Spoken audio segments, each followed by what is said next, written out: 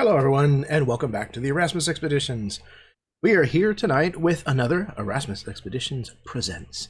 We're going to be kicking off a four-part game here on the channel called The Curse of Vladeska Drakov. I am obviously not in the DM seat. That luxury will be going to our gorgeous Baron, who can take the ball here in just a moment. But before we get started, I want to give the same warning that I give on the beginning of all of the games that you see here on this channel, and that is if foul language or mature subject matter are a problem for you, then this is not a place for you to spend any time, really. That would be a terrible influence on you. But if you're already corrupted, like the rest of us, then welcome. I think that's everything that I need to say, so I'm going to pass it up to Baron. Baron, take it away. Let me unmute myself. Thank you, Jeremy. This is not my first time in the seat on this channel, but I am grateful nonetheless to have another opportunity to work with you and some of my good friends here to put together this game. Albeit a little bit, I don't know, a little bit later than anticipated. Real life tends to be the real TTRPG that we play, but we're here and I'm ready. So let the expedition begin. In the handwriting of Major Thomas Landau of the Red Talons. I've marched my men for 3 days through burned wagons and snow-covered fields. Wind blew that could peel the lips from your face. A rebellion in Stalingrad broken. Queen Führer Vladeska ordered their heads be sealed within iron boxes for display where they were imprisoned. I'll admit it was more costly than I would have liked. 43 of the Queen's men killed, twice that wounded, but in response, the enemy's leaders were captured and executed by the Queen's law. We're a week south from home, and the men talk of smelling their wives cooking. It wasn't until Sergeant Bren pointed it out, as he was one who noticed it first, a wall of fog. It was early evening, but the sun still hung slightly below the horizon and the moon was full in the sky. Where the fog lay, there was no river, and I thought perhaps maybe a marshland I had forgotten. But that bitter wind still blew, and the fog did not stir. The horses were also nervous. I sent 2 scouts in. After 20 minutes, I sent 2 more. They did not return. It's as if they simply vanished, eaten by this wall of cloud. Captain Edric suggested we circumvent it. But we looked each direction, east, west, north, and south, and it encompassed us on all sides. But a commander cannot fear strange weather. It was cold, and so I marched my men forward. I thought it was cold outside the mist, but within, it was like that of a crypt. I kept the men close, but all could hear it. The wails, the rasps of wind on dying lungs, the sounds of men, of rebellious conviction lowered on sharpened stakes until a point emerges from them. They continued into the night until the moon had rose to its zenith and stained us all with its baleful light. They came in droves, wearing heraldry and livery of every kingdom crushed beneath the Queen Führer's boots, and they overtook us like locusts to a field. Our spears and our swords, we slashed and we stabbed, but our enemies did not bleed. They did not cry out. They only wailed. What unholy cacophony may the burned brand get rid of that wail? Taken from field journals recovered. In Lekar, we are under siege.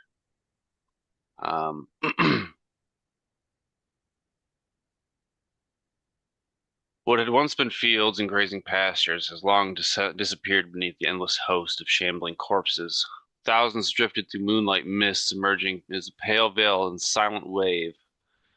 Some still wore the faded uniforms of forgotten campaigns, others shuffled in peasant rags, merchant robes, and rusted mail fused with decayed flesh. They come from all walks of life, and now they besiege us on all sides.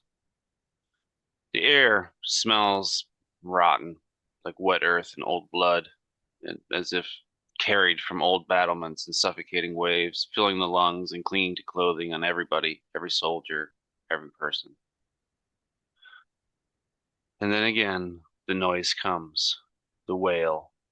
Not war cries, not the thundering charge of cavalry, just countless footsteps dragging themselves ever closer to the walls of the last bastion of mankind. We hear the occasional wet crack of corpse stumbled, broken apart, and smushed beneath its companions' laborious steps. A never hurried sound, but never slowing, just continuing, patient, certain, inevitable. Within the city, every window has been shuttered long before sunset. Families huddled in basements, chapels, wherever they can find security, while priests walk the streets with censers heavy with incense to do what little they can to mask the stench and purify the city. The cathedral itself rings its bells without pause, each solemn peal swallowed by the endless murmur of the approaching dead. The forge fires stay lit this night. Blacksmiths hammer broken swords back into service, their apprentices carrying glowing spearheads to waiting soldiers. Physicians laid out clean bandages beside their tables of already stained instruments. Buckets of arrows stood ready behind every tower, and while barrels of pitch waited to be poured on ladders, soon to be crowded by grasping hands. It's not a battle of victory. In the morning, Lekar will decide if it has won a battle of survival. Every soul within this wall understood that grim algorithm. If the gates remain closed until sunrise, they may have won. If the walls stand to the first light of dawn, success might be in their hands. But if even one thing fails, they are all doomed.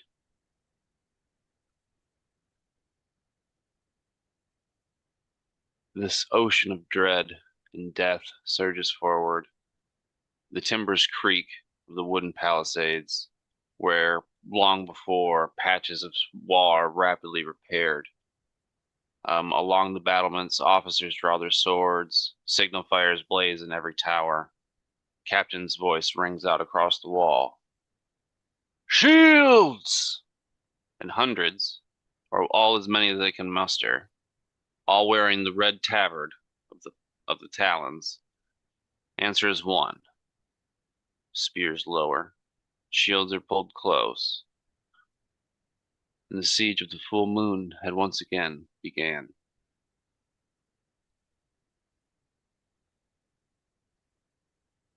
At the bottom of the eastern gate, there is an enormous oak door that is creaking behind the final, or slamming shut behind the final refugee brought in from outside. Soldiers begin shoving and locking a beam into place. Behind the door, we hear, "Please, my children, but we're citizens. We made it." People who, in fact, had not made it.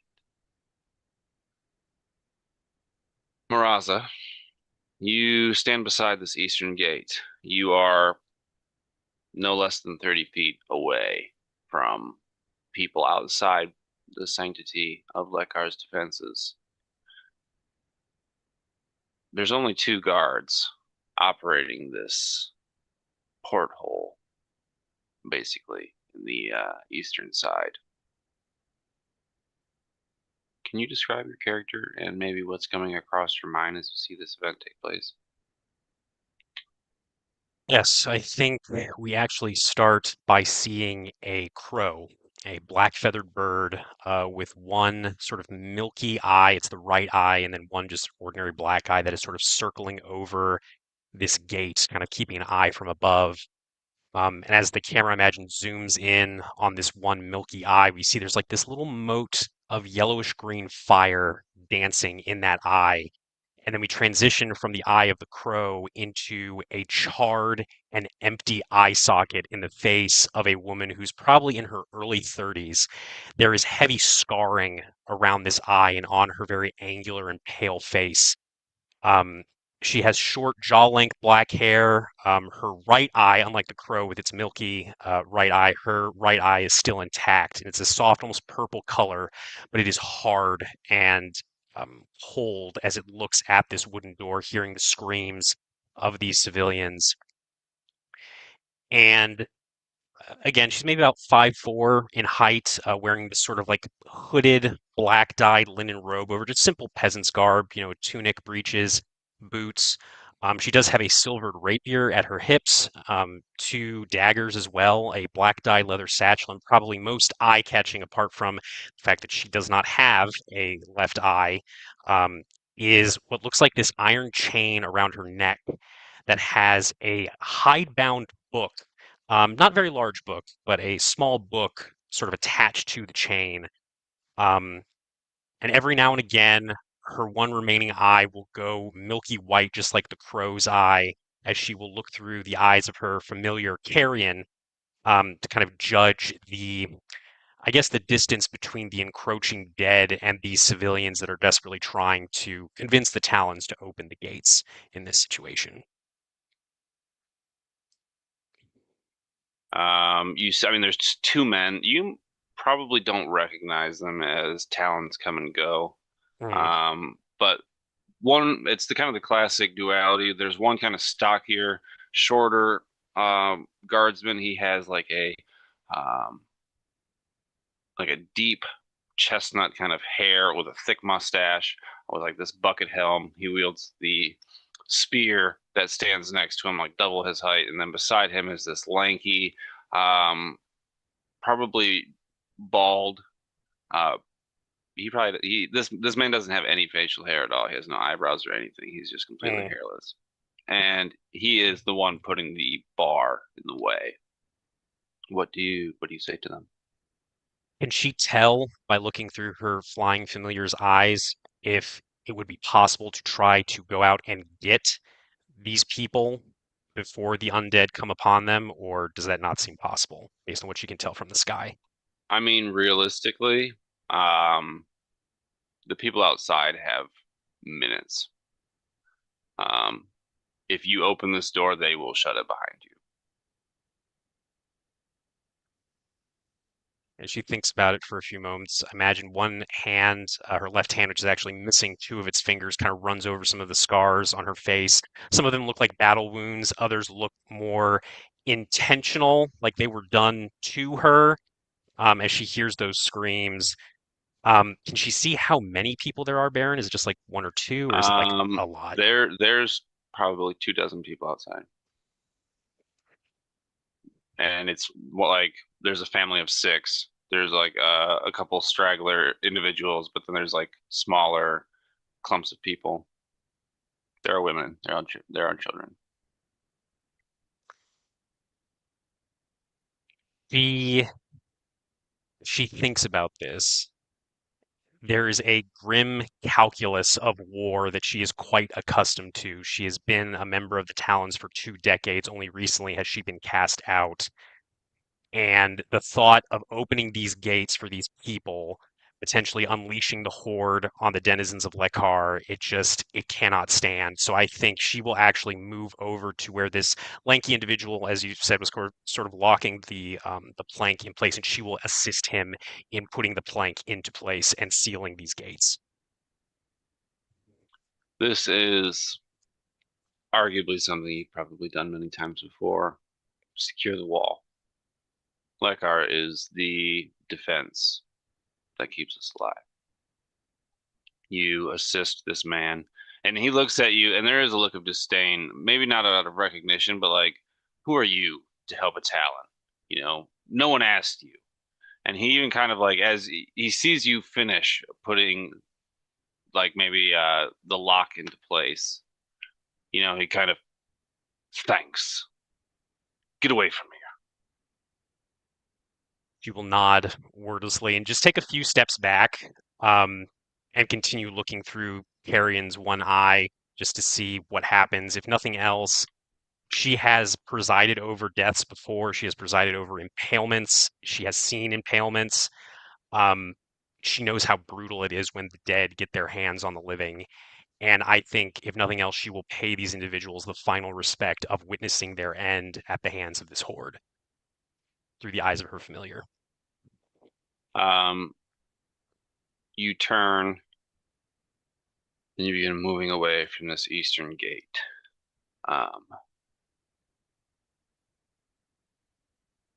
There is a short amount of time before the wave crashes against the eastern wall, and you depart. Given that this is the night of hell on Earth, where do you go? I think Maraza, given her situation, will move from place to place, listening for any rumors or sounds of screaming, anything that indicates that the Talons are struggling to hold their positions, because she knows the gates have to hold, the car has to hold, or all of this is for nothing. So she will just move from place to place. I don't think she ever stops moving, and constantly there's just this crow circling overhead. I imagine she uses carrion quite a bit to identify sort of the weak places in the defenses of this city. But I imagine that's what she spends most of her time doing, especially this night, the night of the full moon. Give me a perception check. I shall.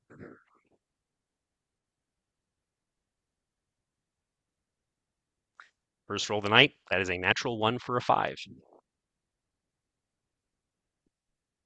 5. Passive is 14 if that matters, but yes, 5. You see a lot of things, and you see a lot of nothing. It's the standard situations. It's early in the night. The threat doesn't come until exhaustion sets in, the adrenaline starts to wear, and when the timbers start to flex too far. You see a lot of closed windows, and the city is quiet. But beyond that, you don't see anything out of the ordinary, anything that would call your attention to it drastically. But the air is just filled with this cacophony of wailing dead. It really begins to drone out the other senses. Jason, roll a d4, please. Let's see here. That is a 2.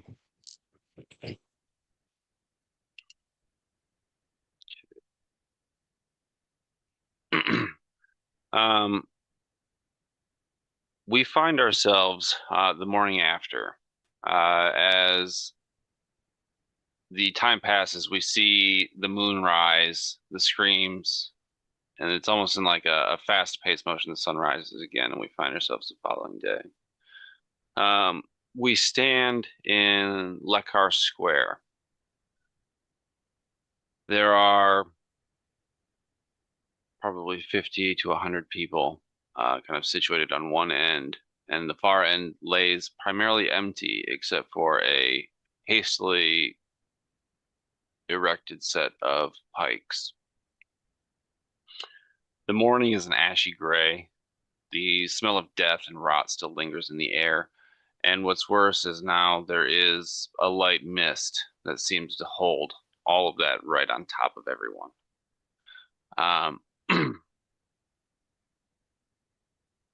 We see Penelope somewhere in this crowd, maybe not in the crowd, somewhere adjacent to you. You are preparing to witness an impalement. What does that look like for you?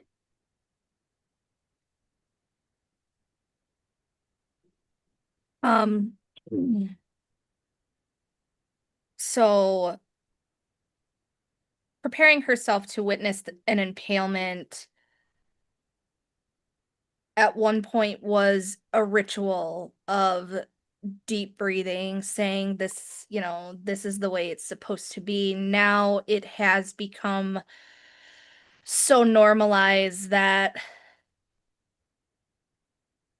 she just slowly approaches, hands clasped behind her, hood up, covering her shoulder length chocolate brown hair with white streaking in the front. She lets out a breath, and almost as if there's a chill outside, the slight steam from her body just exhaling escapes. Her eyes move to look around her to see who else is there. Beside you, your companion Trevor. What does he look like?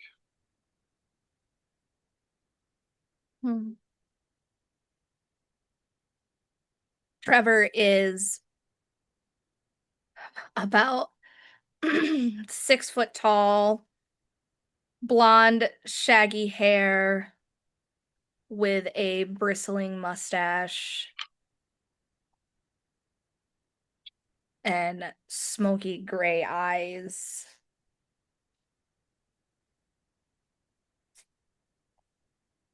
He stands beside you, and he has arrived shortly after you did, but not exactly on the same moment. He leans down to you.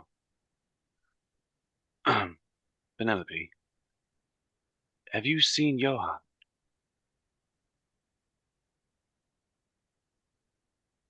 No. Why do you ask? Well, I seen him last night, and he looked, well, he looked anxious, out of sorts. He's such a calm man. To see him so shaken, I'm worried.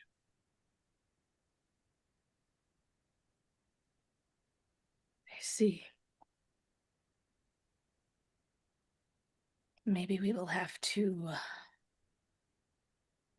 find him later.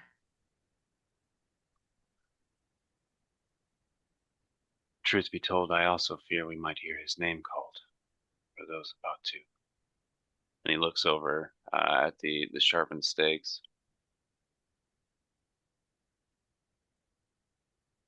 There's a slight hitch in her breath before she slowly nods her head. I think you may be right. Will you try and help him, if it is? Of course I will. You don't think she will?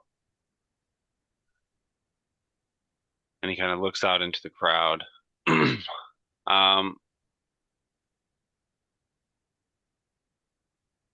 I think it's not long after when we are acquainted with Poe. We see a man. Actually, the better question is, Penelope, where would you have left Poe? Or is he with you?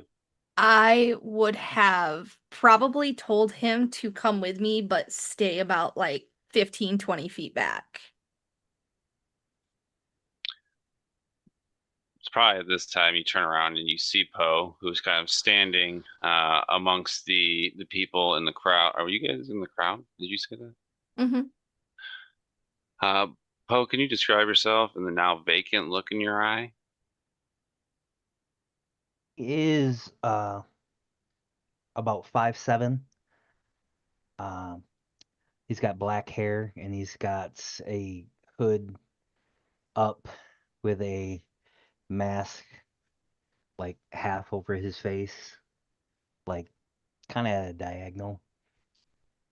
And he is got a very pale look about him. that almost sickly looking.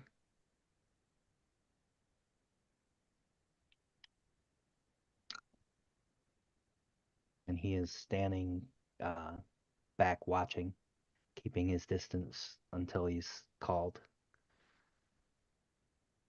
Poe, the last thing you remember hearing was the sound of this cacophonous dead, perhaps inside the walls. And it seems now you have just kind of substituted for a constant and consistent ringing that has not left your ears since you woke up to Penelope standing over top of you. You stand there,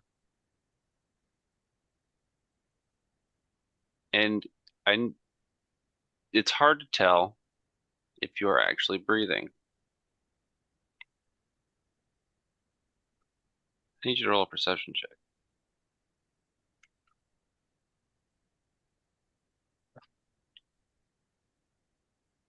Or is it 10? You raise your right arm to your chest, holding it where your heart would be. You don't feel anything.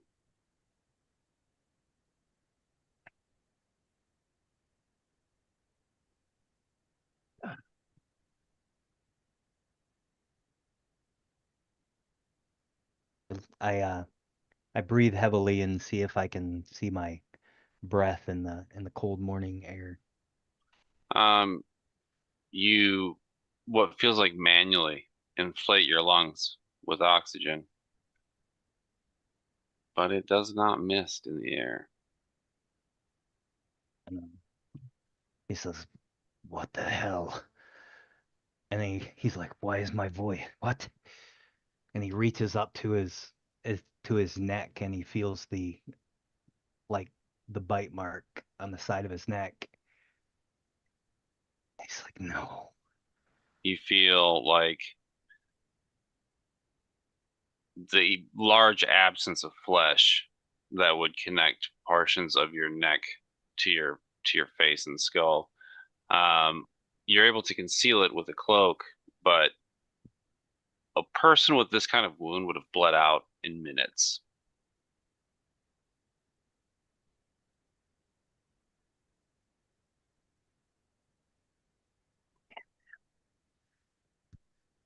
Me too. Got to be fucking kidding me.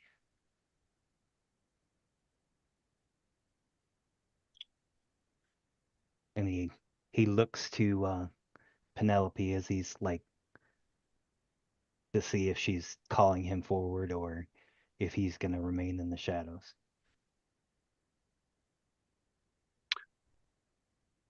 We transition to a woman that looks almost identical to Penelope, who sits a distance away in a more secured location. And not far from her, a man of powerful juxtaposition, seemingly stitched together. Jeremy, can you describe your character, please? Yes, so Yorgu is kind of like a block of a man, very broad at the shoulders, and whatever chair that he is currently seated in looks dwarfed beneath him. He's got this patchwork of scars and look like metal staples and stitches that are kind of holding him together. His hair is kind of shaved real like high and tight on his head. What hair he has left is kind of this auburn color that's very, very striking against his very like pallid, like mottled flesh. One of his eyes is a bright, bright, bright blue, and the other is like a dark brown. He currently is like got this long stem pipe It's got a really small bowl on the end, and he's got a match that's kind of held over the rim. And as he kind of like inhales and puffs on this pipe, it illuminates his face underneath with this like pulsing orange light that is kind of creepy, ominous. This woman that looks nearly identical to Penelope, she puts her hand gently on one of the freshly stitched scars that etches its way across its face. It etches its way across your face. Oh, Yorgu, you do hurt yourself these nights. It is difficult work that has to be done. I fear the day that you do not return. I do not know if that it is even possible. I cannot tell you how many nights I lie awake, wishing to cross over, to pass the veil, but it did not happen. I am not sure that I will ever be so lucky. My sweet, I do not mean death. I mean to come back from the monster that you become.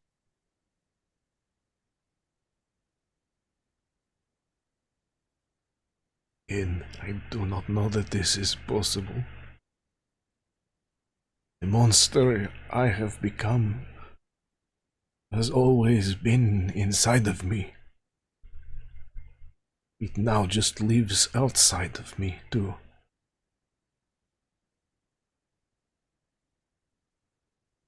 She just kind of looks out into, we see mostly like tops of heads. This is a very like, this is probably like an elevated box. I need you to do me a favor. It's For two you, favors, my actually. love, anything. You need only but ask. She frowns. It is a frown of, it is compassionate, but there's sadness in her face.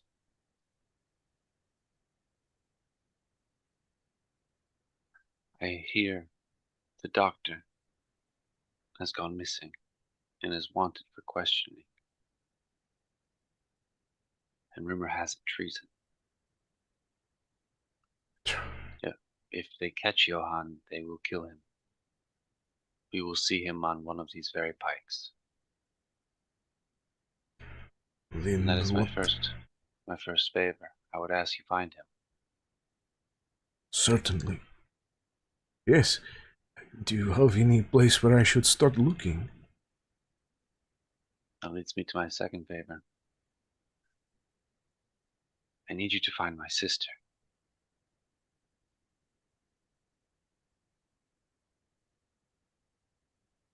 Where is she? She looks off back at the crowd. I wish I could tell you, Igor, but she's out there. He kind of straightens up, takes a long draw on his pipe. If she is in the city, I will find her for you. I will also find Dr. Schwartz. Thank you. I hate to leave you on such a night. You will be okay? I will be fine. Thank you. I thank you again for the tea. He kind of indicates like a couple of like empty like cups that are sitting on the table. And he kind of moves to the door and he stops for just a second as if he really wants to say something else. And he changes his mind and like ducks under the door frame and exits out into the night. I think in place of what you would go to say, she fills the silence with, "You will come back and have more with me. It would please me." Always. She doesn't say anything afterward. You're able to leave the box and go into the greater part of the square in the city. It is filled with people. Despite the fact that everyone was focused purely on survival, there is one event that is almost guaranteed the following early morning, and that is rounding up those who deserted, ran away, abandoned their post, or committed treason of any kind, and they are sentenced to the one and only punishment in the city and the greater Falkovnia as a whole: death by impalement. We see Yorgu moving through the crowd, and it is not long until he bumps into Rhynal. Can you please describe your character? Where do we find you two meeting up if it's not in the crowd itself?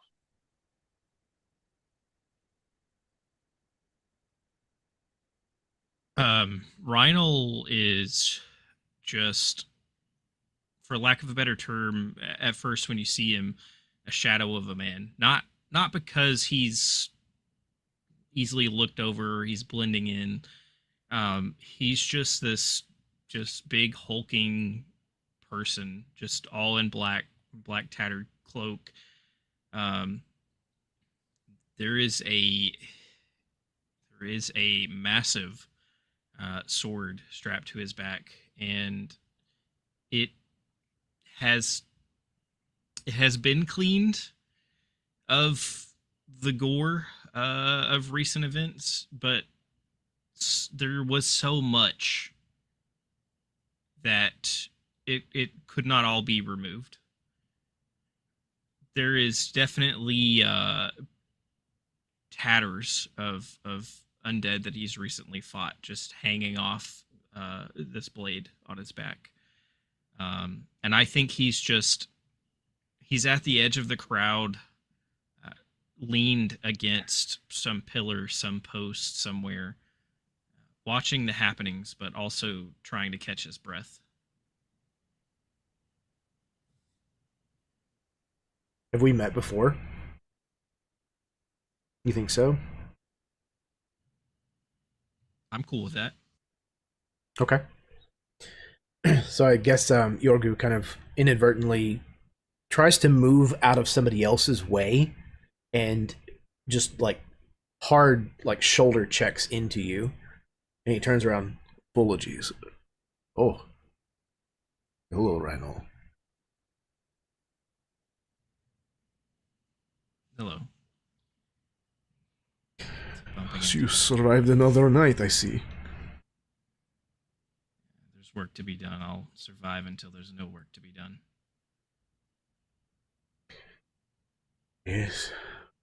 Well, do we have any idea where... He kind of looks around.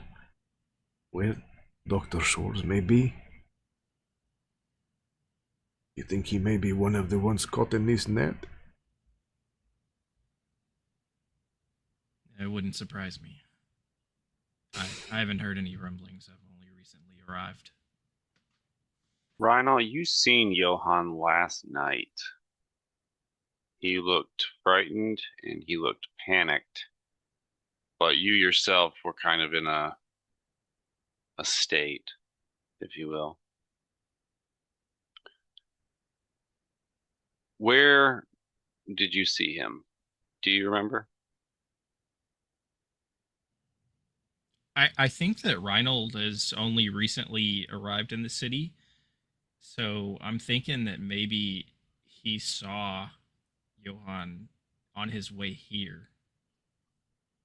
Like Johann maybe was coming to the city or leaving the city. Last night, you mean? Yes. I can dig that. I would say we would have been at an area not far from the Eastern Gate.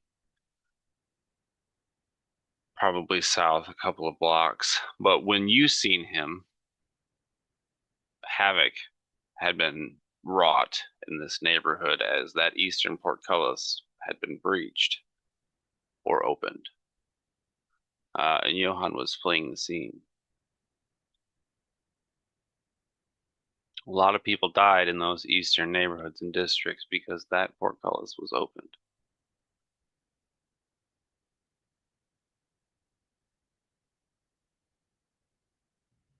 I will relay all of that.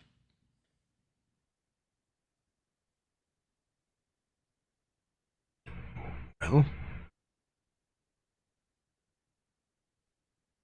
it's a little early in the morning to be fighting Talons.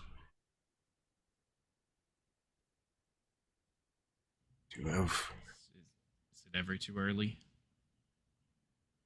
a place we can start?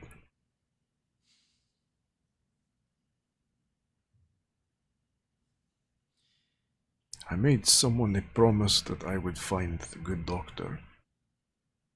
I do not intend to break that promise.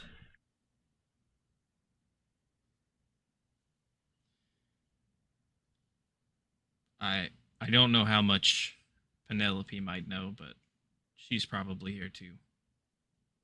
I'm thinking that might be a place to start. Yorgu will kind of like just stand up to his full height.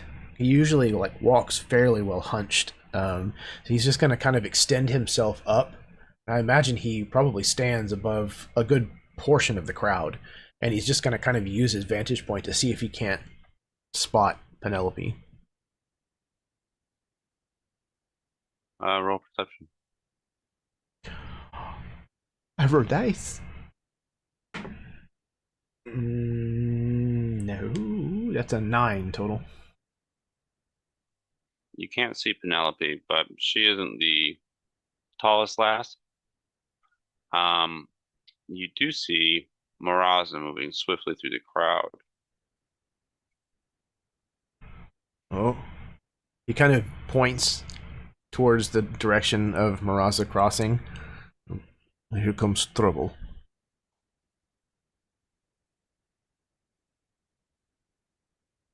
Maraza, you see a patchwork face above the crowd. Remind me, Baron, she was at the Eastern Gate last night, right? That was the gate that she was Yes, at? Okay. that's where you were at. Yeah, I think she spent a lot of this morning just kind of going over in her head as she heard these rumors that the Eastern Gate had almost fallen and numerous people had died, wondering, was it one of those two Talons that she left behind? Like, how did that happen? But then as she's, coming to watch the spectacle of the impalements, when she sees Yorgu, I think she kind of stops and then she alters course to move directly towards him. Because she has heard of the quilted man, this strange patchwork individual. The Talons have spoken of it. Even Ironhood rebels have spoken of this man. Um, and I think despite herself, the corners of her lips kind of quirk upwards as she approaches, looking up at you. Yorgu, this, like, again, not even 5.5 foot tall woman in her early 30s.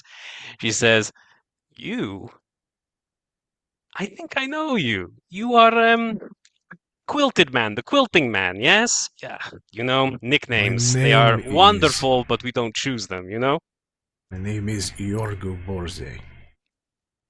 I am not a Yorgu. quilted man.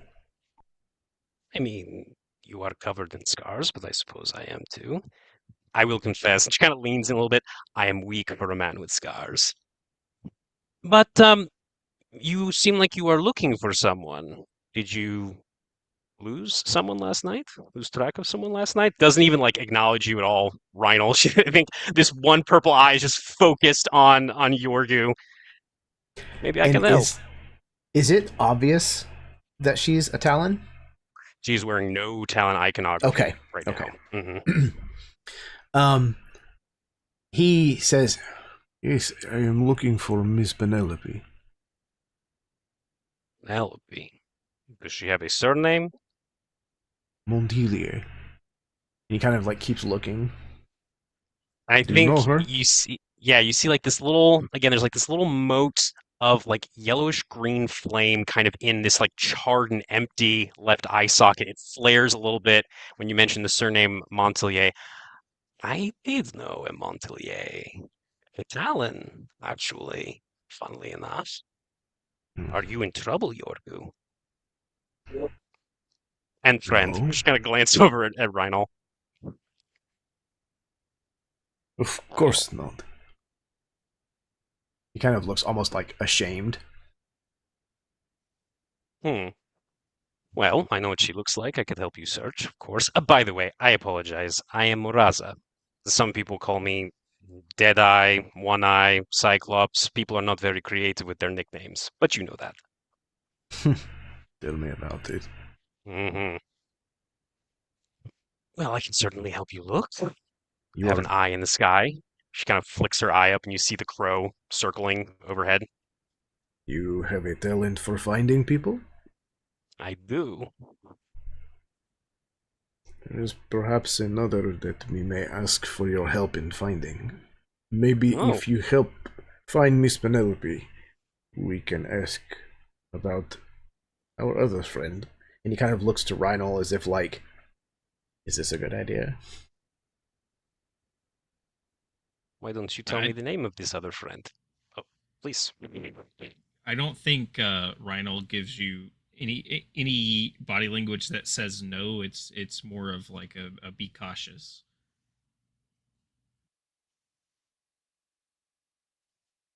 Our friend is a doctor.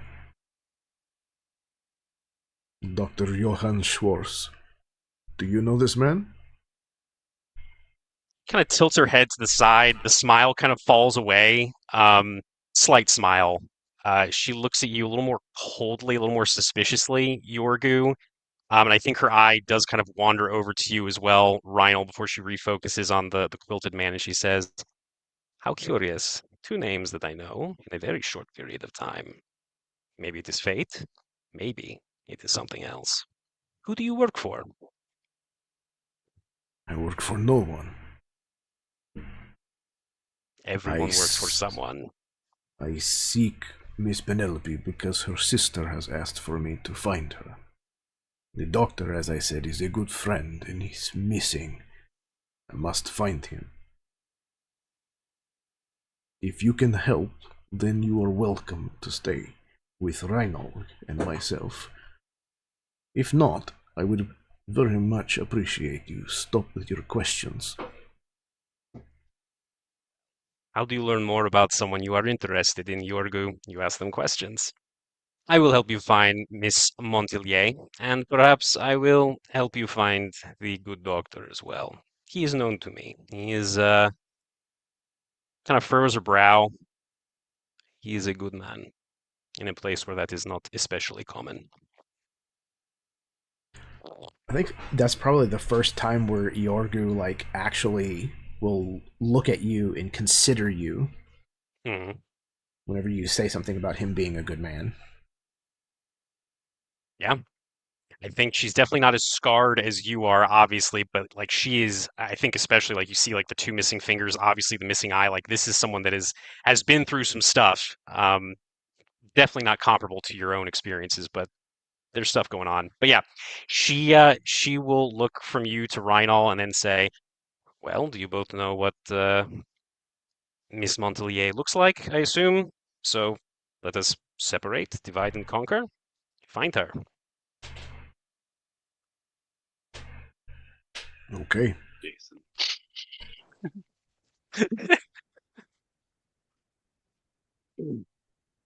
The group of you split, and it's not long afterward that we hear a captain take the wooden steps up to like the raised stage beside these pikes. There's like an area where the person is going to be placed on top of them.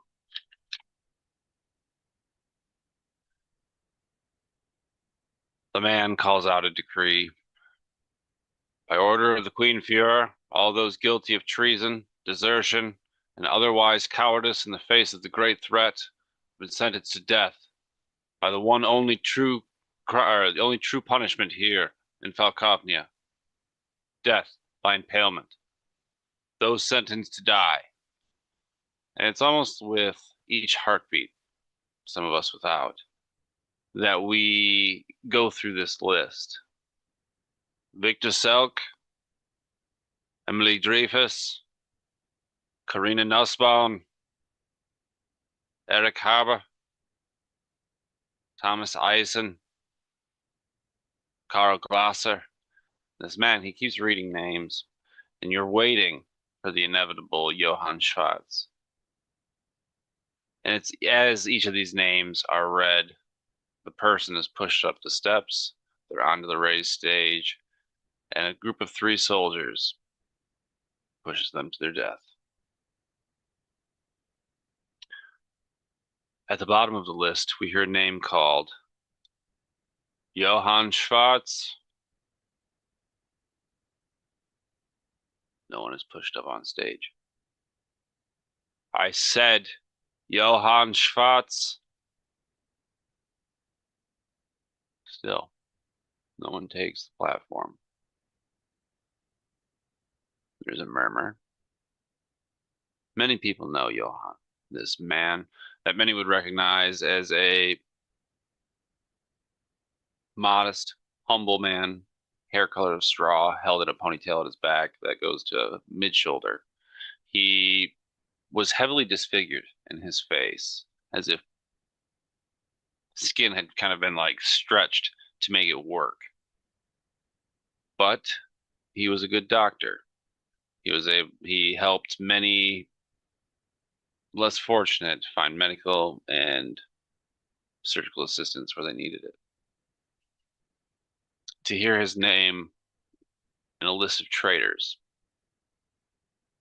is a wound in itself. 5, 10 minutes go by. Still not put up on the stage. And it is it's hereafter we see a woman take the platform. Her presence is overwhelming. She walks with a fierceness unknown to most that live here, who fight to live.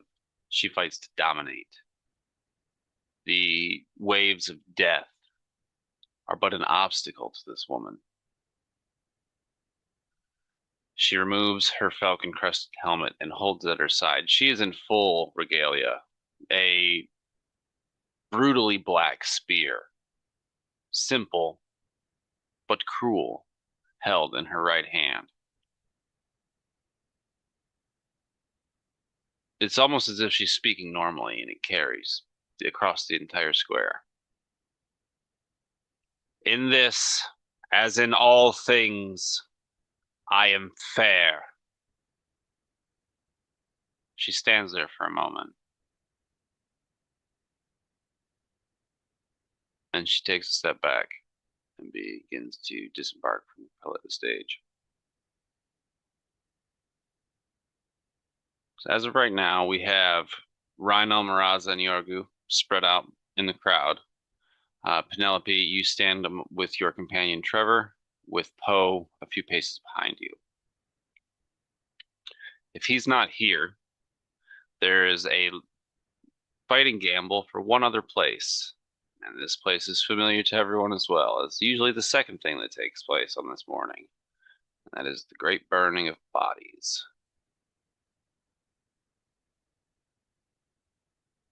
Do we head there? Or do we make any pit stops along the way?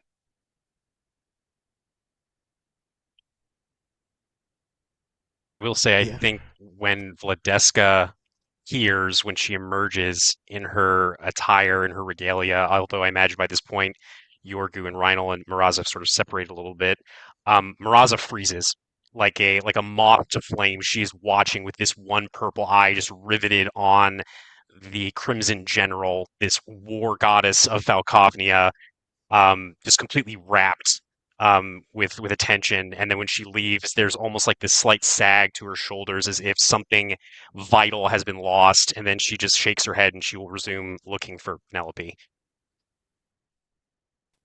I was gonna say, I believe Penelope does the same thing when Vladeska comes out.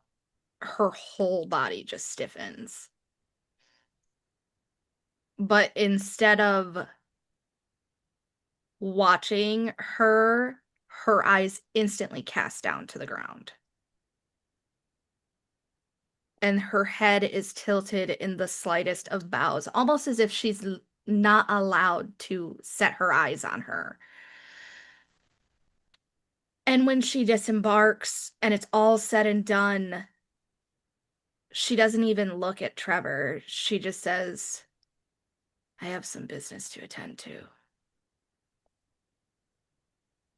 Penelope, Vladeska's words, I am fair, you could almost hear as if she was speaking it directly into your ear, as if she was right beside your face.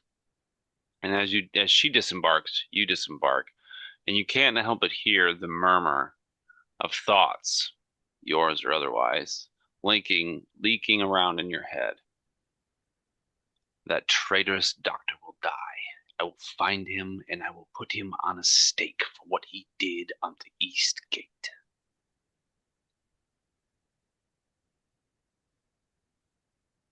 And I think we see Poe. You walk past him, Penelope. Do you beckon him to come with you? She does. He doesn't turn initially. He's also staring up at Valeska, but he does not have the same. He whispers to himself, "There, bullshit."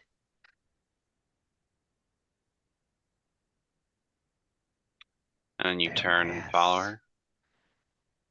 And then he turns and he starts following her. And are you going toward the pyres? Yes. He is, as he's heading toward the pyres, it's almost like he's being dragged there against his will because he does not want to go at all.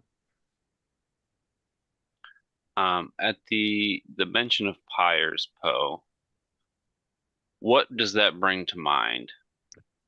What part of the memory from last night does that spark for you?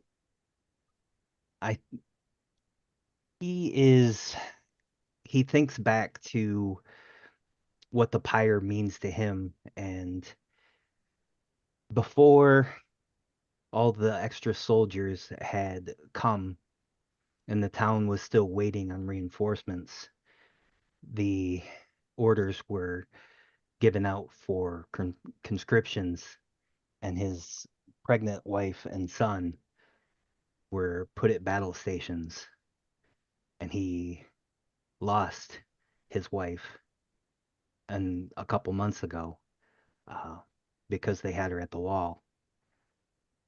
And his last thought is seeing her being thrown onto the pyre.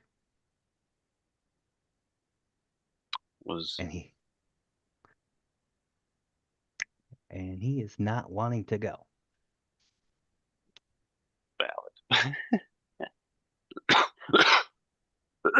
The two of you walk toward the pyre is held outside the gates of the city. It's out the southern gate. The pyre stands as an organized stack of bodies.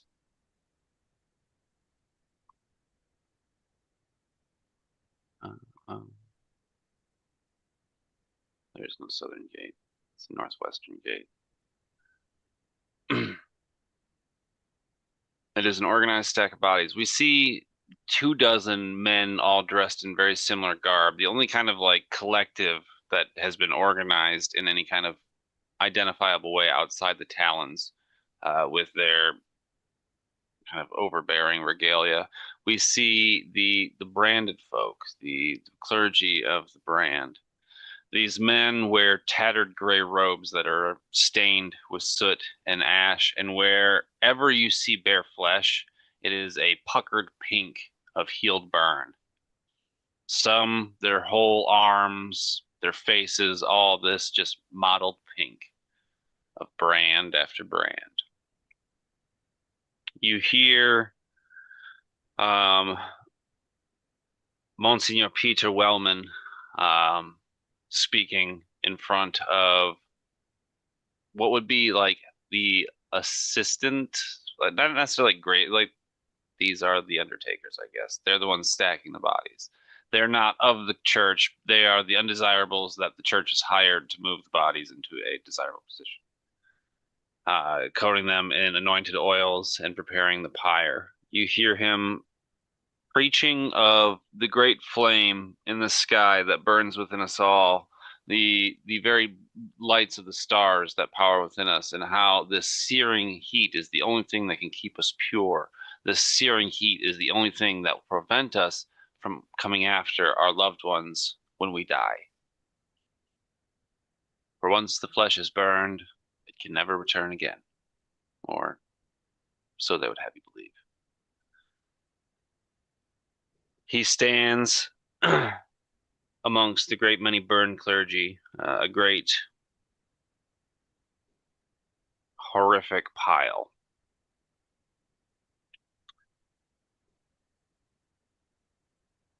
You arrive, Penelope Poe, and it is not far after that we see like the independent Yorgu, Reinald, and Moraza approach as well. There's not nearly as much of a crowd here, but anybody that's looking for confirmation on someone's death will find themselves here in order to figure out who they know that still lives. I think if Baron, if you'll allow it, I think Reinald arrives like maybe halfway through this speech or sermon or whatever, and at some point during it, he reaches up to this collar that's high up on his neck and kind of pulls it up farther. You just see a little bit of that pink puckering flesh out the top of that collar, and he kind of pulls that up farther and covers it a little more. And then as this person finishes speaking, he spits onto the ground in front of him and just grinds that spot of where he just spit with his boot, and just continues looking around for everyone else.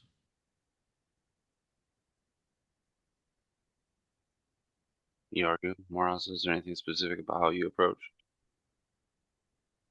Yeah. Yeah, go ahead, Jeremy. No, please, if you've got something, I'm looking up information, so go for it. Okay, I was gonna say, Craig, for Poe, how different does Poe look? Like, I know obviously the paleness, but I think you mentioned he had a hood up. Like, does he have a particular way of standing that he still Yeah, affects? Or go ahead. I think with your dealings with him previous, Hmm. it'll probably just look like, yeah, are you under the weather or you got the flu? You're looking a little pale. I think that you would notice him. Just that he doesn't seem as spry. You know what I mean? Gotcha. Yeah, I think seeing yet another person that she knows in very quick succession, I think Miraza stops sort of like at the edge of the sort of fringes of the crowd, the smaller crowd that is sort of looking at these pyres to try to confirm, who was passed in the night, um, and looks at Whisper, and then I think she looks in the direction that Vladeska walked off in and just says quietly under her breath, "Praise the Crimson General." And she starts to stalk towards you, Poe, and I think you feel this hand on your shoulder. Whisper, wonderful to see you again. It's been a while. Yes. I was out last night. I was given a directive from a friend of yours. Oh, interesting. Um, yeah, I think she tilts her head a little at that. Go ahead. Obviously, I'm just in jest. Captain Schwartz sent me out. I don't think he expected me to come back. Captain Schwartz. You mean Dr. Schwartz? Did I say the wrong name? If you're talking about the captain that Miraza is tied with, Schmidt. it's Captain Schmidt. Yeah. Schmidt. Schwartz, Schmidt. Schmidt. German, Russian names. So yeah, he says it with knowing you, he says it with obvious contempt in his Hmm. voice. I did not realize that you were still working so closely with the Talons. It's been a little while, but it's good to see that some things don't change. I don't know if you really have a choice when you are recruited, do you? This is very true.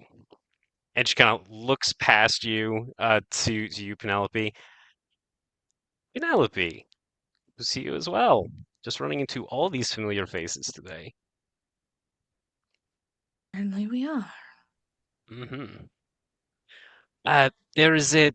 I mean, easily able to spot Yorgu, I'm sure, and then Rheinald as well. These two were looking for you. They know you, apparently. We all know each other to a lesser or greater extent. It's a small city, apparently. Miss Penelope. Yorgu says as he plods up.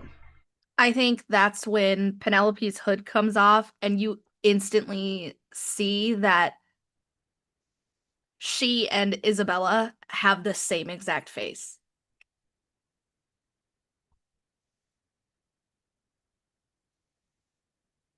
He kind of stops. It is uncanny resemblance you have to your sister. My sister? Yes. Isabella? Did she not tell you? Tell me what? Identical twin. Oh, that would explain. Mm. Your sister is looking for you. That's cute. What does she want? She did not say, but it sounded urgent. I've done enough urgent calls for her. If she Surely. wishes to find me, she can find me herself. She does not need to send someone. I did so willingly. I owe her so much. It was a small thing to do for her. Do you now? She's the kindest person I've ever met. She is very good at claiming and collecting debts. Remember that. She will make sure you don't forget what you owe her. Or what she believes you owe her. At least, that's what it used to be like. It does not sound like the woman that I know. She is very good at hiding her true self. Let's just say she likes to put on a mask. She treats life like a ball.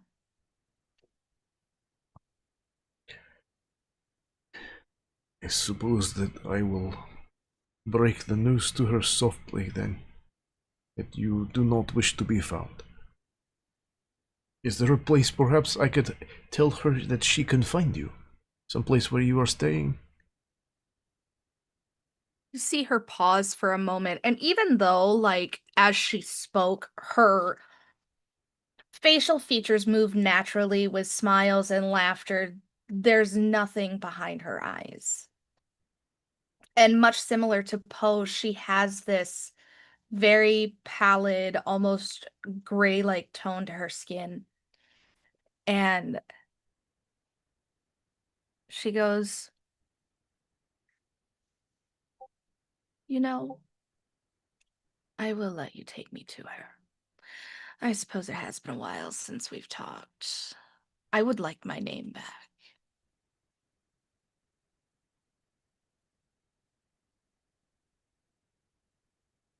Do you happen to know where the good doctor is?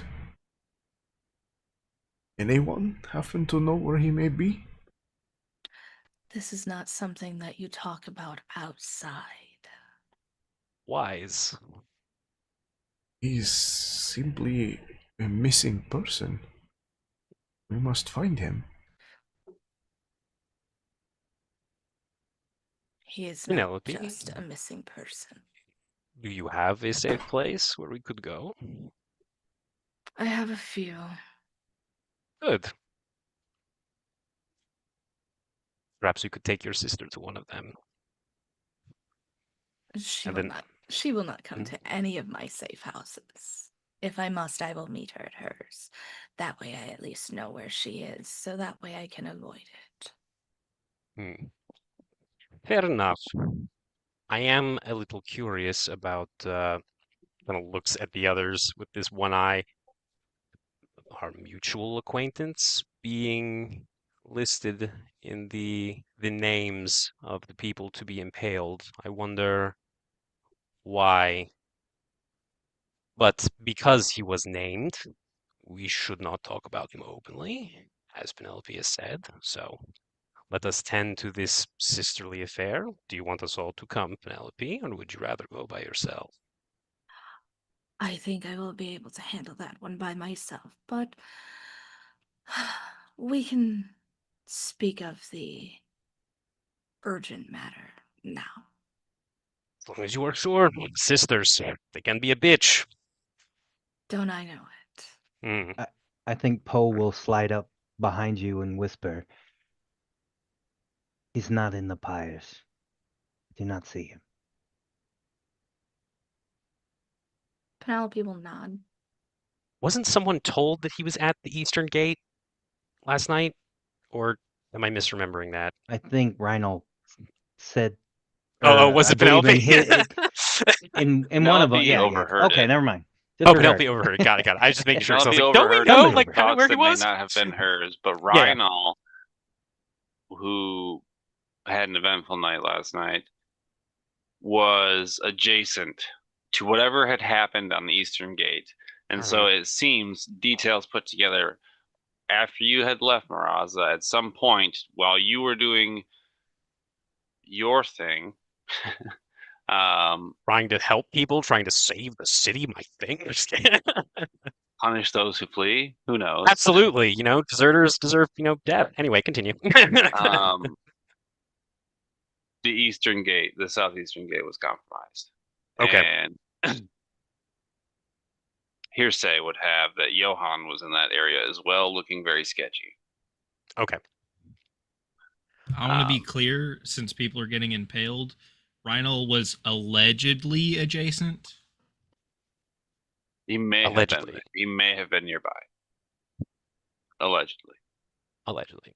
Well, if you want to deal with your sister in private, which is understandable, Penelope, then perhaps the rest of us could try to scrounge for any whispers, or she kind of smiles at you, whisper, or rumors that indicate where the doctor might be, or where he was.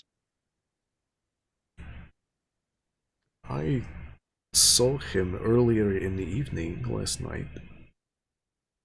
I mean, realistically, you all did, in some fashion. Right. He asked me to come and help the scourged. What's her name? Sorry. Branded. Out of brand. Scourged. The Scourged Faith. Right? Or is it a different Yep. organization? Okay. No, that's To help with the Scourged Faith prepare some of the bodies. Hmm. As a matter of fact, he kind of like looks again, and he's gonna look for one of the members of the Brotherhood that he knows, Gregory. See if he can't you look spot him. around, and I would say he is here. This is a pretty Okay. important task for the clergy. He What does says, Gregory look like? I think he's like a painfully gaunt man in his late 50s, early 60s. Very kind of like sallow, graying almost skin, really dark around the eyes. And I think he is also a very tall individual, like Yorgu. So kind of like tall and lanky and gaunt. Yorgu will kind of like say, pardon me a moment. and he will move over towards Gregory to talk to him. As he does that, Penelope, you hear again. He was near the east gate. That's where Schmidt sent me last night. I believe that's where I fell. Penelope just nods again. Said the east gate, yes? The east gate, right?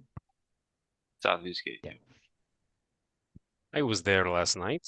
I did not see him, but when I left it, it was intact. It was being held. That could be a place to start looking.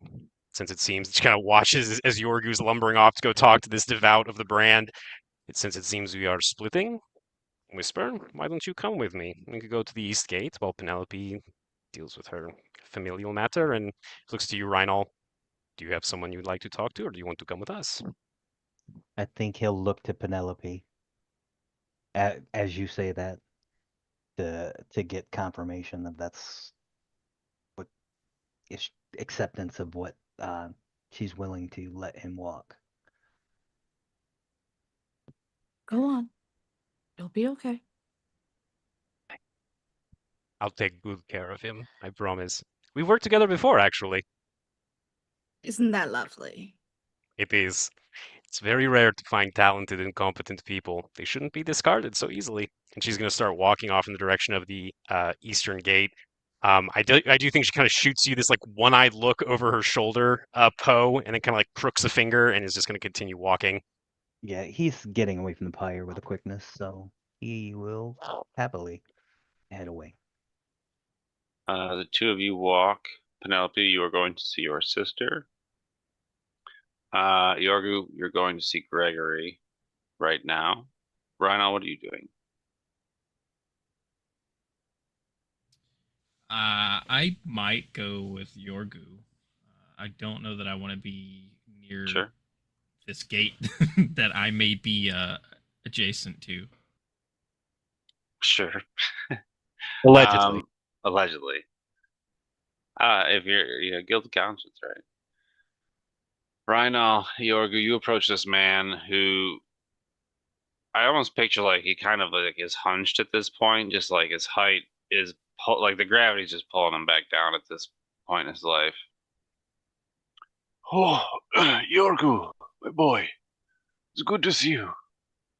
Yorgu walks over to him and puts a big meaty paw like on his shoulder, where like his thumb is basically on this man's sternum and his middle finger is touching his spine on his back. It is good to see you, friend. How are you? I am good. The brand preserve us. I still live. Another month, another pyre I get to witness. A great honor, but I must admit it wears on my heart. I understand. It is a difficult thing to do, but it is a burden that you bear well.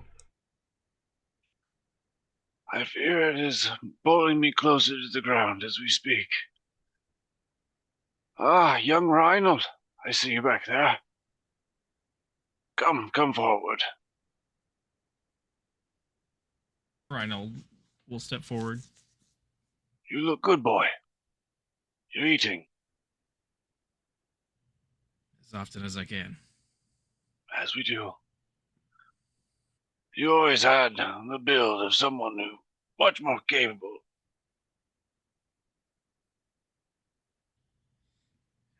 I think I'm more suited for what I'm doing now versus this. And he definitely says, it kind of sweeps his armor towards the pyre and definitely says this with some disdain, some contempt. That's all right. The great flame provides our purpose in time. I'm just glad to see you well, boy, rather than on the pyre itself. Gregory, how carefully does your order keep record of those that they put to the torch? Quite diligent. Vladeska essentially uses us as a way of keeping track of who lives and who dies.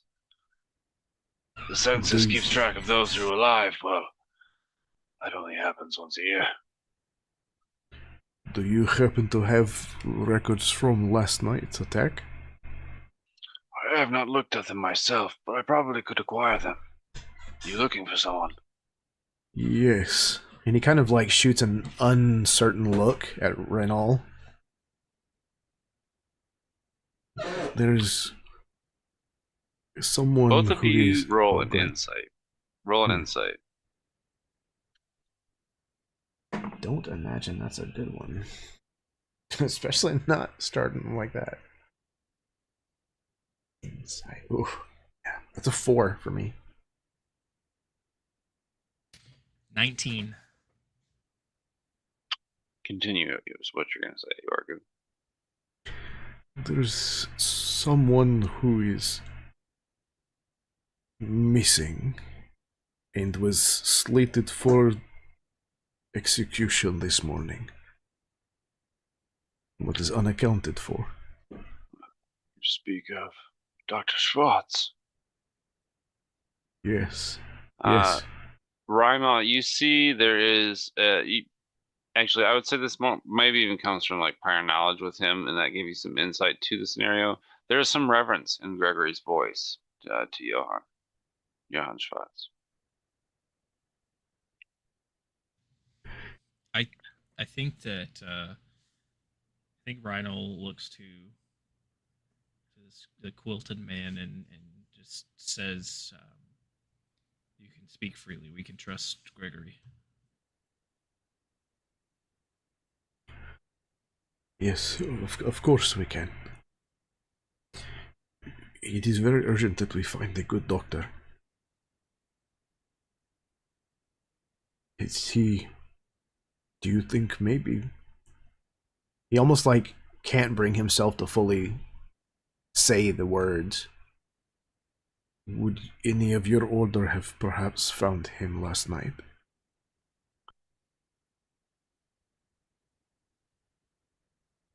You must understand, Dr. Schwartz was a complicated man. He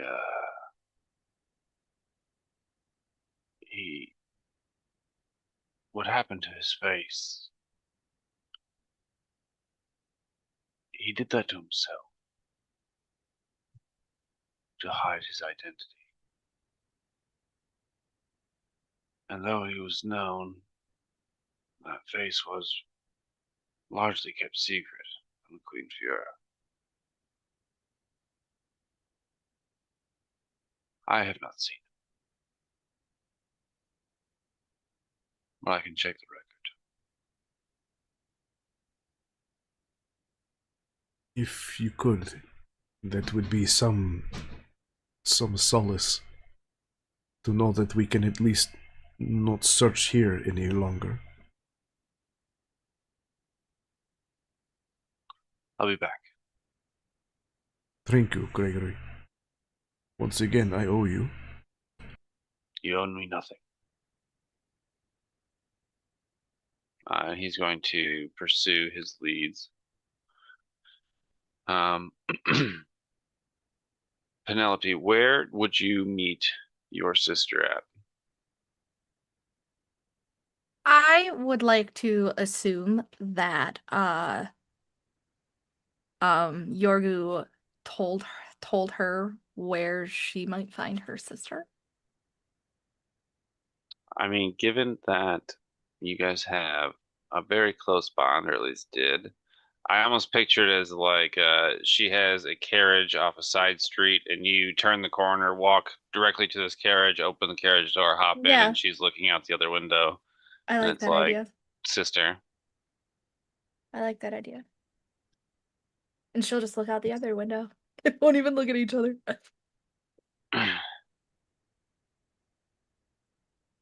I see your opinion of me remains the same.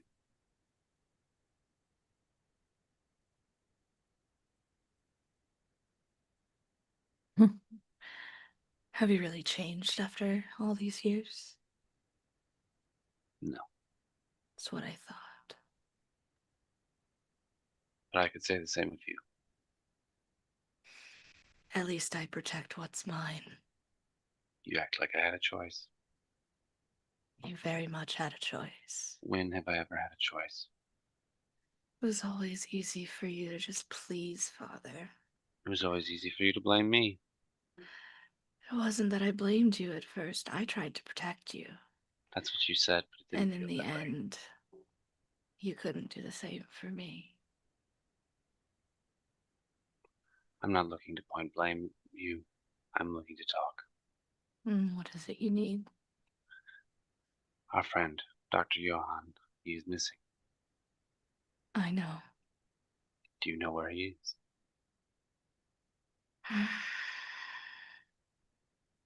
I have a few ideas. I have come into some information recently that is concerning in regards to our friend. We have come to understand some of the experiments he was involved with at the facility in Morfenzi. Mm. Heinous things, Penelope. Terrible things were done there. I have reason to believe that either a contact of his or maybe the doctor himself has smuggled some of those experiments into Lekar. And I fear we will have more than just whatever's afflicting you to deal with.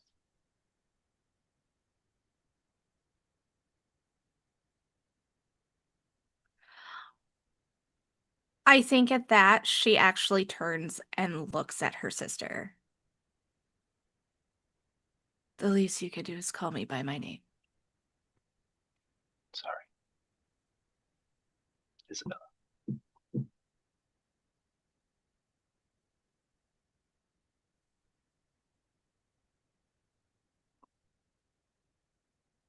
It's easy to see that she has been working to train herself to look as if her breathing is natural. But when she manually takes that deep inhale, it's very obvious.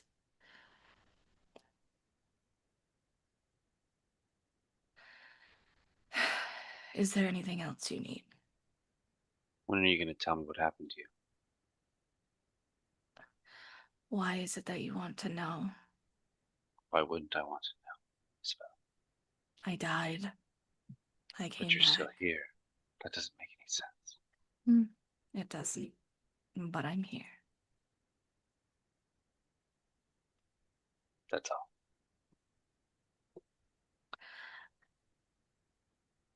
Last I knew, you wouldn't want to hear the gory details anyway. She just looks out the window.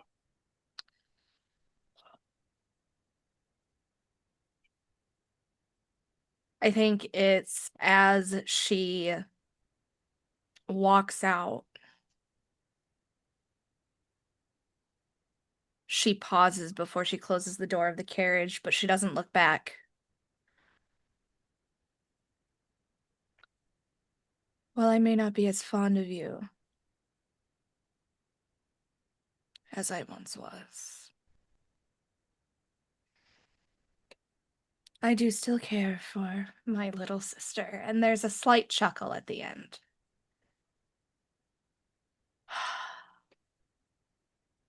And I forgive what was done. And that's when she closes the carriage door. I think if we see, like, as you're turning, shutting the carriage door, it, like, focuses, like, back through the glass, and we see she's looking at you as you walk away. And it is with that we are going to take our 15-minute or 10-minute break. Fill your drinks, smoke them if you got them, do your thing. We will be back in like 10 minutes.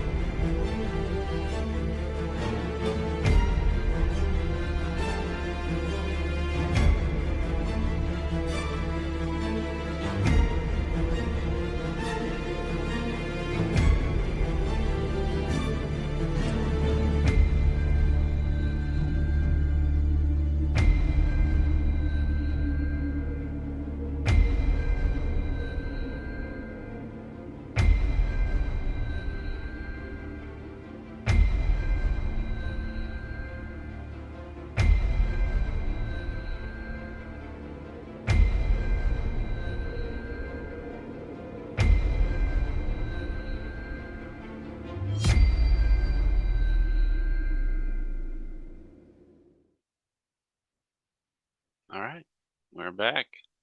We find ourselves in what remains of the city of Lekar. Our party has survived for the most part. And the following day and days after the siege Hey, tends Baron, to be. real I'm quick, sorry. could you go to Maraza and Poe before Yeah, you switch? yeah. Okay, 100%. thank you. More or less stating that this time is spent usually picking up the pieces, investigating further. And that is where we join Poe and Maraza at the Eastern Gate.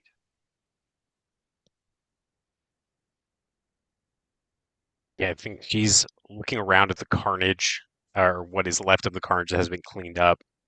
And she looks over to you, Poe, and says, I am curious, Whisper. How is it that your leash was passed from Captain Schmidt to Penelope?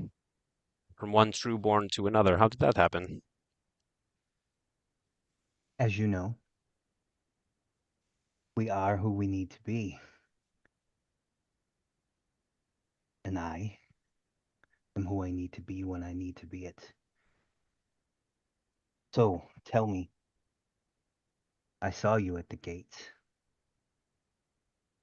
And I saw you looking down.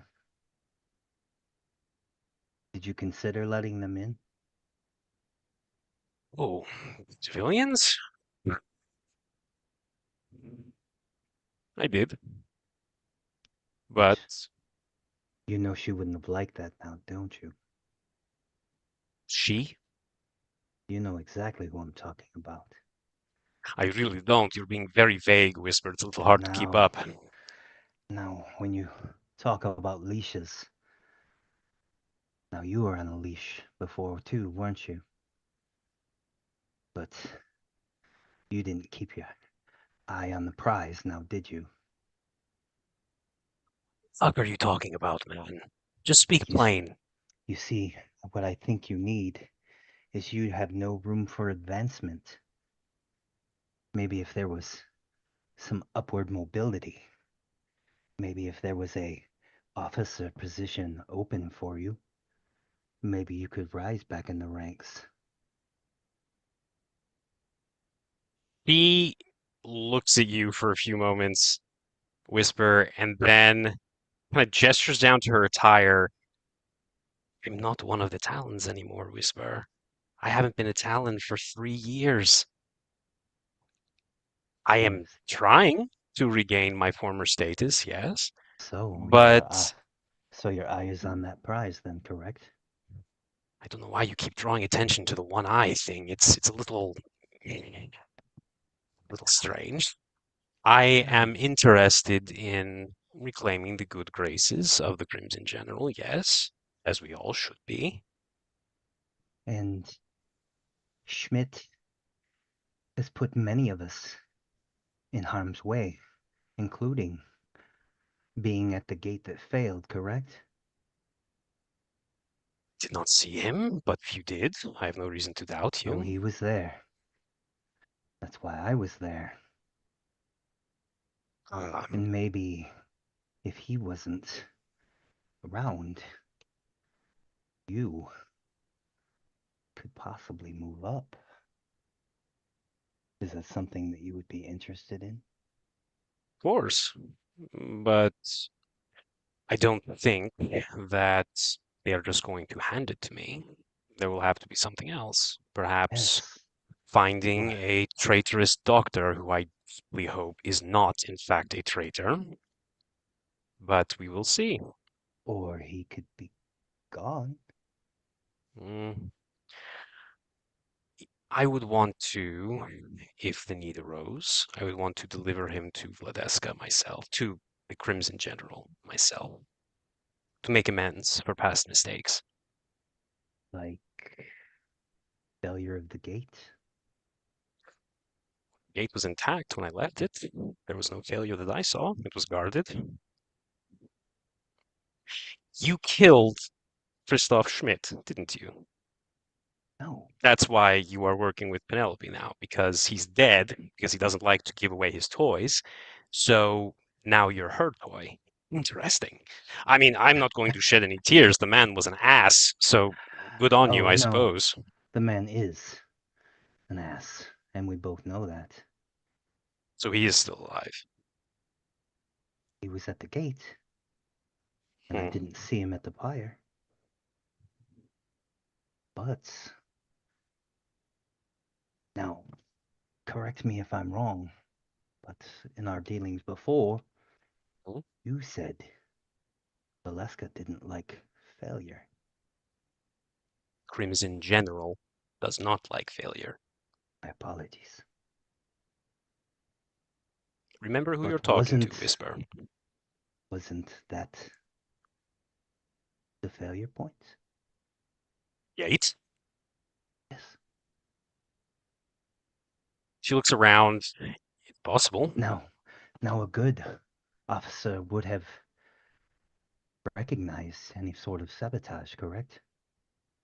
So if One the would hope. doctor was anywhere near that, then the captain should face responsibility, shouldn't he? He allowed the potentially not so good doctor to sabotage the gate, then yes, Captain Schmidt should face justice. So So what you're should saying Dr. is Schwartz. the failure point was the gate that he was at. That seems to be the general idea. Perhaps finding out the failure point and what it was, and maybe finding the correct evidence would help. But I will keep my eyes and ears open because we have such a good working relationship. I miss you. It's been a while. I do have to ask, though, although I'm very interested in renewing our connections, you reek of necromantic magics. Why is this? That bite mark on your neck? You should be dead. But here you stand. Perhaps we both have a problem with the good captain. Did the captain bite you? I'm not sure how that's related. Nobody put me in the peril that I was in. I was directed by him, Right. as were But others in the past. He's incompetent, and we both know it. I feel like you're avoiding answering my questions. I don't like that, Whisper. So, what happened to you? Let's just say I didn't survive the night. Ah, you are one of I them. don't know exactly, but I know the cause. Hmm. And I know he's Well, been the cause of others as well. And Oh, I didn't have a he question for you when you get a second. and didn't he hasten your fall? not that I'm aware of, but we probably would have liked to. Ah, perhaps you don't know everything then. Hmm. I do know some things. She kind of smiles a little wider. I think you see like a flicker of, because like I imagine the last time you saw her, Poe, like she wasn't this scarred. She wasn't, she probably had both her eyes still at this point, or at that point rather. But you see this flicker of kind of cruelty in this smile. I know about Connor. So in the future, answer my questions when I ask them. Stop dancing around like you are capering around pyre of the devout brand. Are you And we can threatening me? have this working relationship again. You're not threatening me, are you? No, I am simply telling you what I know. He smiles. He leans back into his little slouch, and he looks up at you and he goes, "Yes, ma'am." Excellent. Excellent. Let's take a look at that gate. She's going to start walking off toward the gate. How was your son's body in the fire? No, he continuously what he has been doing is Well, we don't have one to of give that the away. I was just curious so if you no had seen his body. no, he was actually returning. He went to do what the captain told him to do, and But he you were was successful in your task then before it all yes, happened. he was, Got it. and then on his return, he was Overwhelmed. overwhelmed. Understood. You approach the gate.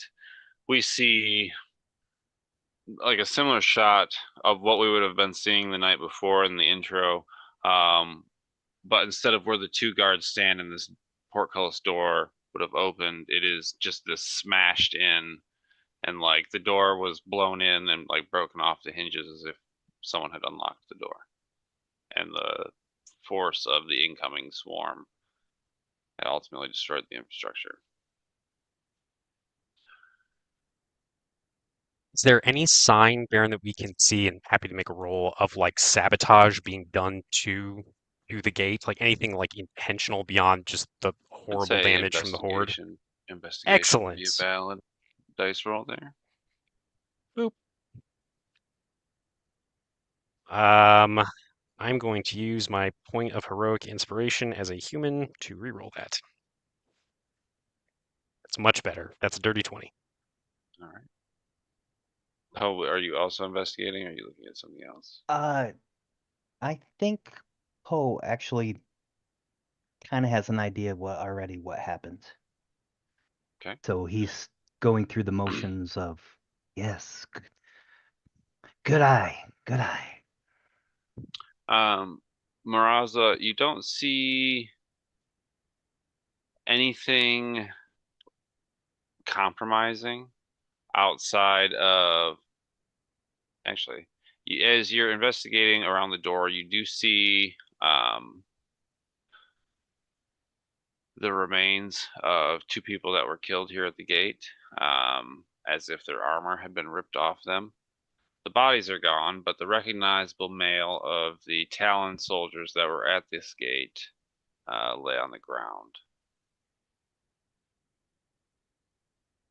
So you said it looks like the armor was ripped off them, like ripped off by like grasping fingers, or does it look like some other force removed the armor? It looks like something like erupted out of this armor. Oh, erupted out, like something burst it from within, Yeah, basically, is yeah, what you're saying. yeah. Interesting. Is there any Like like you see is there like this mail and it's like cracked from the chest. is there any like weird residue or anything? I mean, imagine there's a lot of blood and like fragments of bone, but any like strange like other substances or anything? Any like sign of maybe magic being used? Anything at all on these like horrible Do you wounds? have any abilities that would allow you to do so? I mean, I have trained in cruelty. I can recognize tactics, ranks, and signs used by towns and their scouts. I don't think that's going to apply here. As far as that goes, I mean, maybe another investigation check? Or Arcana. Okay. As a wizard, actually, my Arcana is worse than my investigation. Could I argue investigation? I'm happy to do Arcana if you want. It'll just discern what kind of information I tell you. Okay, you know what? I'm going to go ahead and do Arcana. Why not? Do something different. Okay, there you go. That's a 15 plus 4 for a 19 Arcana. My 19 Arcana. You don't feel any like latent magical residue. Like, I mean, wizards aren't super common, so like I would imagine there is like the Wheel of Time sense where it's like you can feel when other people are doing it if it lingers there, and so on and so have you. This, if you could put a finger on it, seems similar to the presence that Yorgu gives off of. Interesting. I imagine maybe there's like maybe like hints of like maybe transmutation or something. Because I gotta believe with Yorgu being as big as he is and is stitched together, it makes sense. Okay, interesting. Yeah, she furrows her brow at that. within the metadata, the meta narrative. Transmutation adjacent. Got it. And were these the two talons that she saw last night? The slender individual and the stocky individual? I would say there's some detail about the armor that you noticed, like some Mhm. scuff or lack of shine, or just like lack of diligence as a talent that you notice that you're able to see Disgusting. remnant. Yeah, it's Okay, a giveaway. Yeah, gotcha. Okay. Yeah, I think noticing that, because I know you'd mentioned before that like we would be sort of like vaguely aware of Morphenzi, but not have like specific pieces of information. Um, I think unless she notices anything else about these bodies, I do think she will kind of take a see, moment. that's the Go thing. ahead. There are Mhm. no bodies. Bodies would have been taken for the pyre.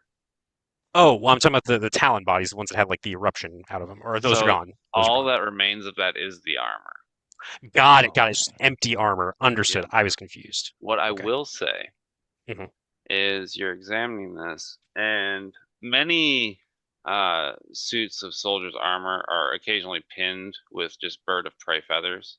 It's Mhm. like when you're out on march or out on duty, you'll pick up these feathers and you'll attach them to your armor in some way, and that's fine. You know, that is obliging the Falcon General's iconography. There are a lot of feathers here, and they're pretty large. Like larger than normal bird feathers. Maybe they're big.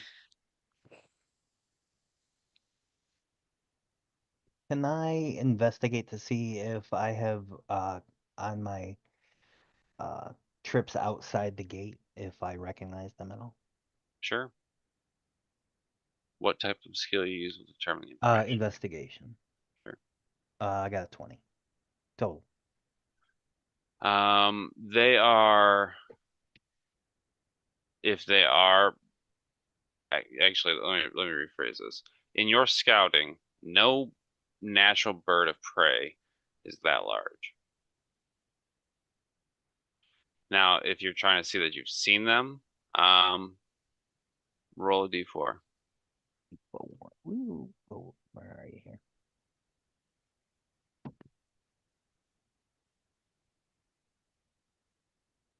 Two. 2. Yep. You have.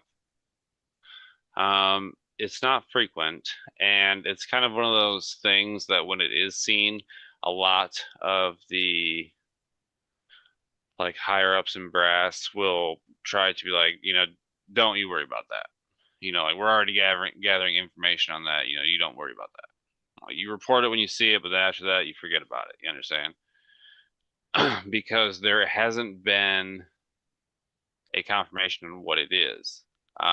Most scenes in which these are found, at least that you've come across, results in Talon soldiers dead and large and brutal claw marks in the surrounding environs, whether that be trees, boulders, buildings. So I will tell Maraza. I've seen these outside the gates. Usually this is the result. Dead talons. Very well. Well, it does not look like the doctor is, at least as far as we know, as far as I can tell, he does not seem to be responsible for this, but I would like to talk to him. I think she's going to reach down, she's going to pick up one of these feathers, Baron, just kind of tuck it away in her satchel. Sure. Um, and she'll look to you, Poe, and just say, "How is it that you know Dr. Schwartz?"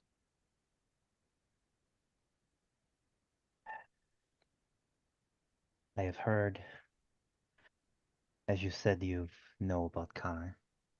Hmm. I've heard that the affliction can be.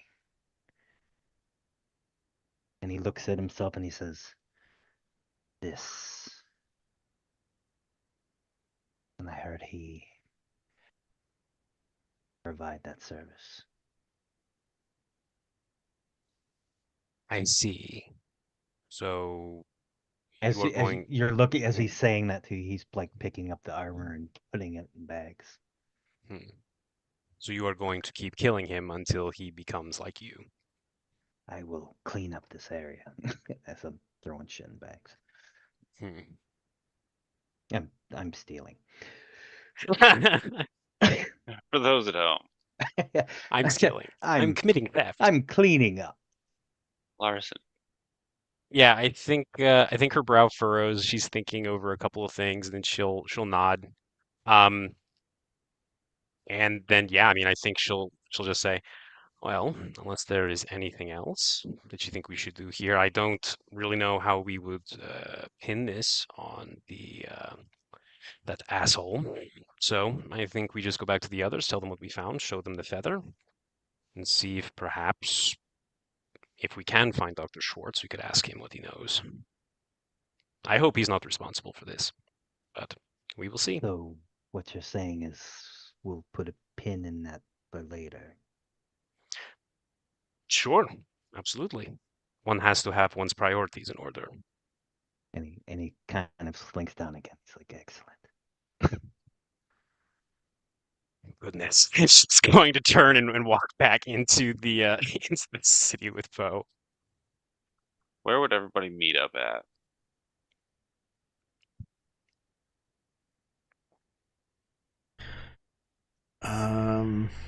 Maybe back at the square, and then we could move elsewhere, somewhere more Maybe discreet. like a place where there's like a large fountain in like a I was gonna courtyard. say, yeah, like a courtyard or even the square where they were doing the impalements. ¿Por qué no dos? Ah, yes, we could go discuss this by the impalement square. The Exactly. Impalement Square is quite scenic this time of year. It's where all the cool kids hang out. There is the church district in the south, not far from here, that is walled within itself, and this is where like the bells would have been ringing. I would say there isn't one on the map that I gave you guys, but we can say there's a fountain there. So I think that's where we Yeah. meet up. I think the interesting thing about this church is it's almost out of place with the rest of the city. Like, this bears iconography for a religion that is alien to this world, as if the mists have warped what its message was trying to say. Who this is dedicated to or who it was worshipped by is no longer determinable. All that is left is the bell tower that still functions as the same as the day the mists arrived. But in the front there is a fountain, and I would say that this fountain depicts like it's probably one of like those grotesque Baroque fountains where it's like some sort of marine animals coming out of the water, but like around them are goblins like eating children or something with like fountains coming out of them in a rather just unpleasant way. But you all arrive. I think Carrion will land on like one of those like weird water spewing children sculptures and just kind of stare down at the group as they all gather. Pecks at the moss. Moves like a crow. Weirdly, doesn't seem to be breathing. But anyway, Miss Penelope, yes. did you find your sister? I did. Oh, good. She seemed quite worried. I'm happy to hear that she has had the chance to speak to you. However brief, we did speak. Did she tell you anything interesting about a certain doctor, perhaps? She was talking about his time at the tower with the experiments, how it is rumored that he brought some here. Eorgu like visibly twitches whenever Penelope mentions experiments. Well, on that note, and she will reach into her satchel. I think anyone that's like nearby, maybe just Poe potentially. I think you see a flash of something that looks eerily like bone, like yellowish white bones tucked into this bag, and she pulls out this large black feather that they recovered from the gates, and she'll say, "We saw these suits of armor, talon armor, that seems like they had been burst from the inside. There were lingering traces of maybe not magic, but some kind of power upon them, similar to. She kind of looks over at you, Yorgu, gives you this like.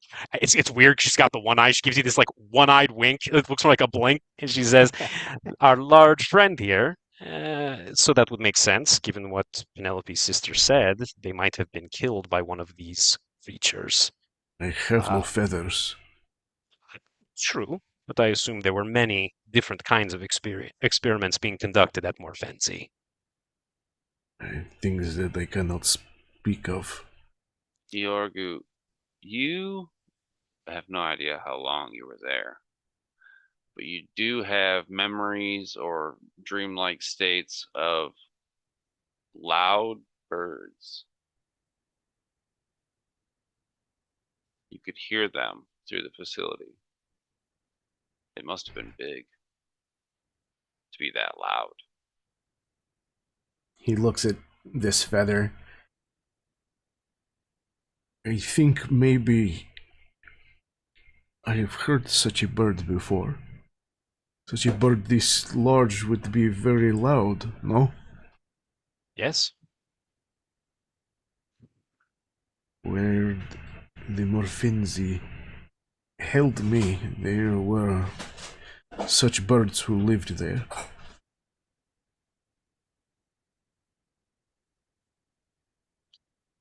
They are so loud. Why is there no rumor of that? Unless there was some kind of sickness, some kind of injection, something that was done that caused these creatures to literally burst from the armor of these talons. Maybe they were planted within them somehow? I have some knowledge of necromancy, and magic is capable of some very interesting things. I think that Poe shuffles behind you and he says, "These have been seen outside the gates. They're always finished with dead talons."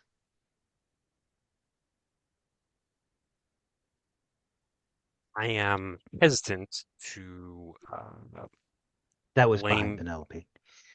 I am hesitant to blame the doctor for this, but I don't know how much the rest of you know about his past. Has he? I guess she's really going to look more towards you, Yorgu. I think I don't. What's your passive insight there, Yorgu? Actually, yeah, I don't think it's listed on there. 12. What's your passive insight? 12. No, passive insight. Mhm. I am lying. It's a 9. A 9? Okay, make an insight check for 9. me. Whoa, whoa, whoa. Look at me. Look at me. I am the DM now. I am DM now. This is my game. This is my game. Yeah, a 16. Yeah, so I think it's a little strange, Yorgu, when she looks to you as she's talking about Johan's past. I think you see it's not pity. It is more of this odd sort of respect that you have apparently been through these horrible things and you're still here. I think there's maybe a weird amount of empathy in this one kind of light purple eye that is looking at you. She says, "Did you ever see or encounter Dr. Schwartz at Morfensi? Have you heard of him being there?" Dr. Schwartz is the reason that I did not die in the dungeons of the Morfinzi. He saved my life, helped me escape, helped me come here, start again. I owe him everything.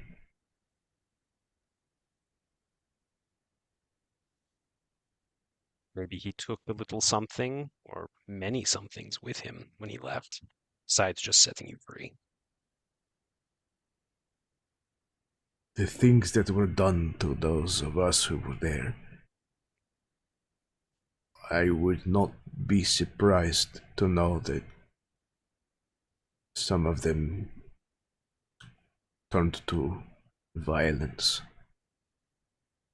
or succumbed to their darker transformations. Right. All those stories about you say that you change. Hmm. Do you learn anything from your devout of the brand? He is trying to see if his order has records of the good doctor being found last night. Fuel for the pyres, perhaps. I would It say may that in not give us time, much. you would have gotten that information back then. He was not in the fires. Yeah. But he was not. This at least helps us to cross that off of our list of possibilities.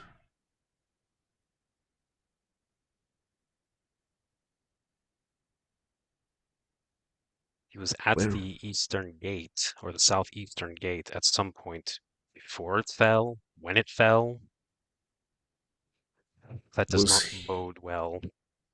was he leaving the city for some reason? Did he leave by the way of the gate? It's possible. I don't know why he would leave in the middle of the siege, though. He would have to get through quite a few of the living dead. The more you think He's, about it, the less possible that sounds. yeah. He's a capable man. I don't think he's that capable. Then why be at the gate at all? What did he accomplish there?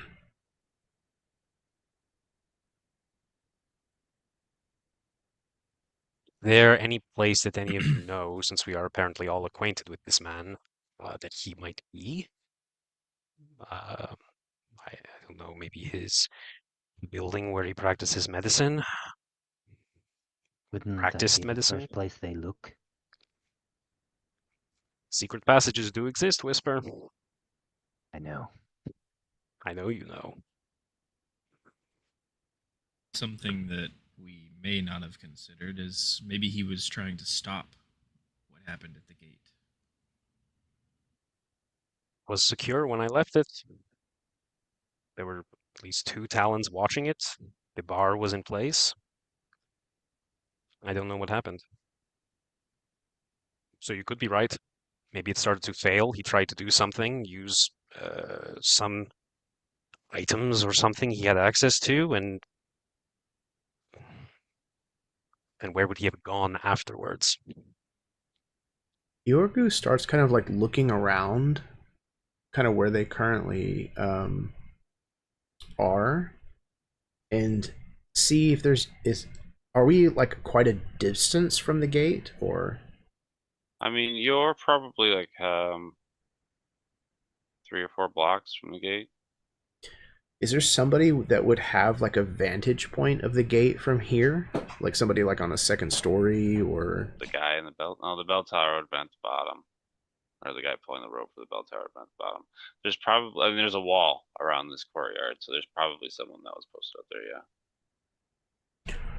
Okay. Maybe we can find someone who could have seen things. You are looking up and around at the the parapets here, and there are 2 figures standing on top. One is someone we recognize from our first scene with Penelope.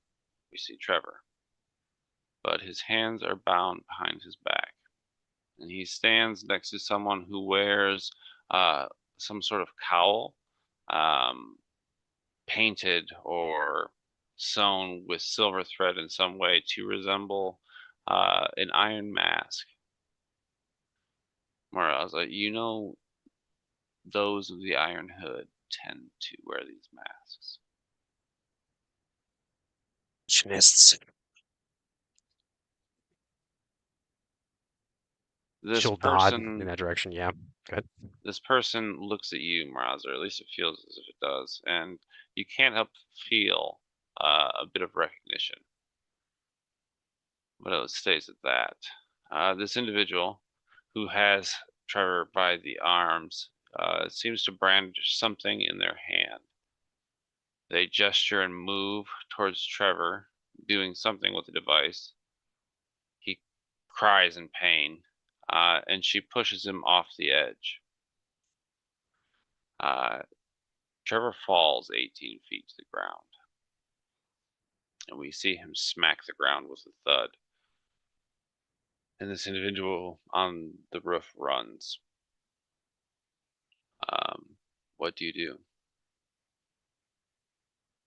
The moment Penelope sees Trevor, she's running. And when she watches him fall, she looks up at this figure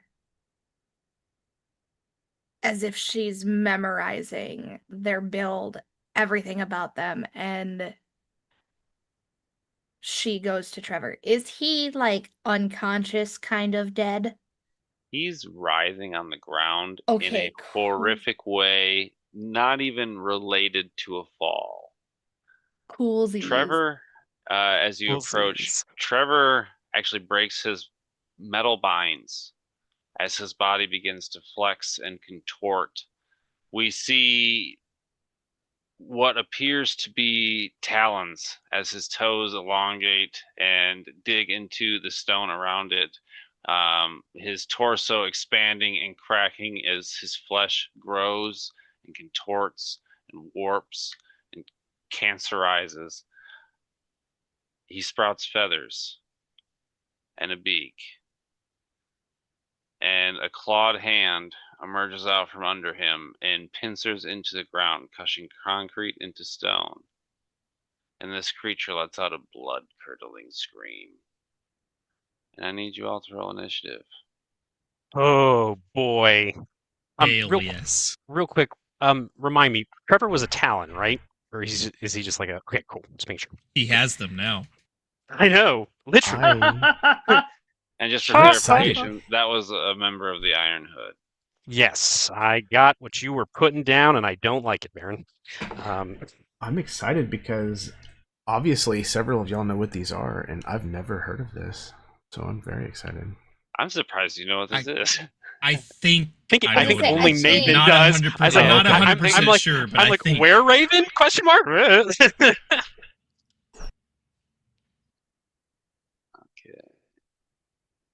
Wow, we all got like really good initiatives. Mm-hmm.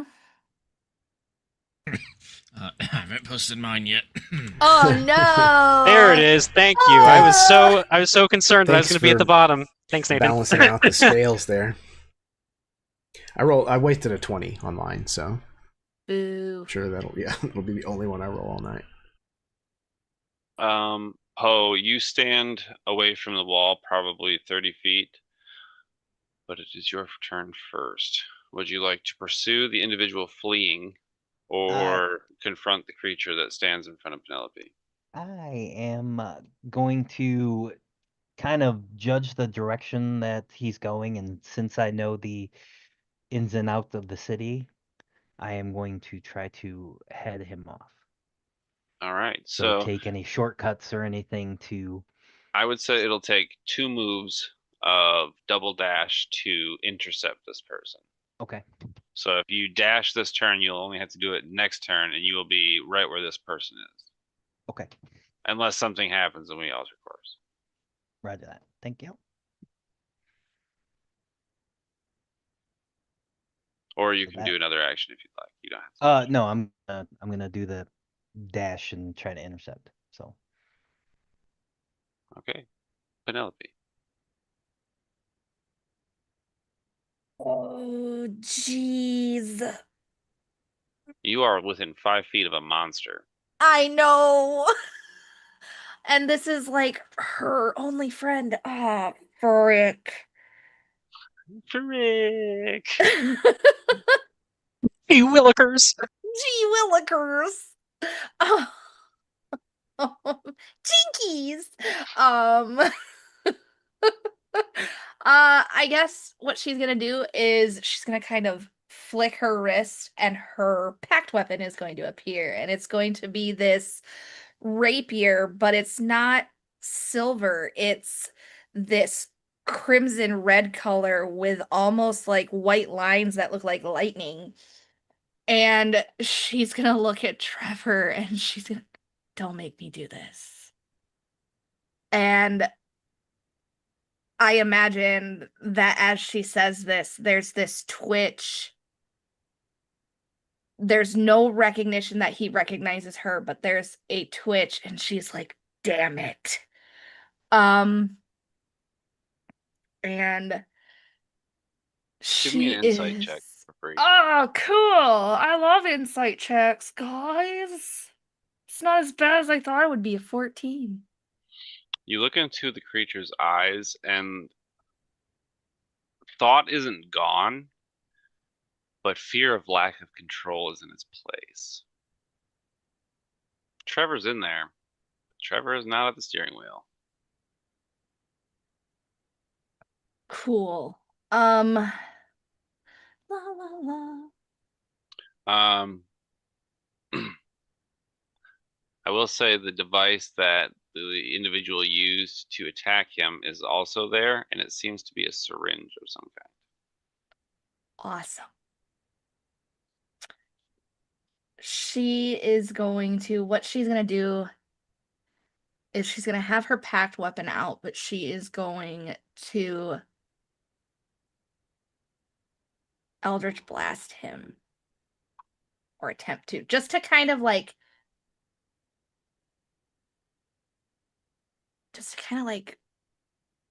keep him there so she can eventually kind of disengage and So 2 questions. 1, do you mechanically have the thing so you can do it without disadvantage at 5 foot? As a range spell? Because I think there's one that allows you to make Eldritch Blast fine at 5 foot range. I don't think I do, which is fine. That's not a big Second deal. question, which is a little bit more narrative based. You draw your power from a certain individual. You're channeling that right now. Do you think she knows what's happening? I bet she does. Oopsie poopsie. I think you even hear it in like the back of your head, like, my pet. In a very just condescending and disgusting way. Oh, listen, I didn't get to do it, but I was going to ask her a question and then a fight started. So we're doing Eldritch Eldritch Blast. Eldritch Blast at disadvantage, and I get 2 beams because I'm at level 5. You're looking for a 16 to hit. Cool. I love this. Okay, still not bad. Okay, 17. 17 will hit. Cool. Eldritch Baja Blast. Eldritch Baja Blast. It's 10 damage. For that one. Do this again. Okay, that one's not as good. It's 12. The 12 will not, but it does take the 10 damage from the other one. So Hooray! What are my bonus actions? Okay, yeah. She is actually, as a bonus action, we will put a hex on him. Okay. If I'm not mistaken, that just happens. It's a bonus action. I place a curse that I can see within range. I deal an extra 1d6 necrotic damage to the target whenever I hit it with an attack roll. So. We can have done that first. No, it's fine. I also choose one ability. When I cast a spell, the target has disadvantage on ability checks when made with the chosen ability. So yeah. What ability?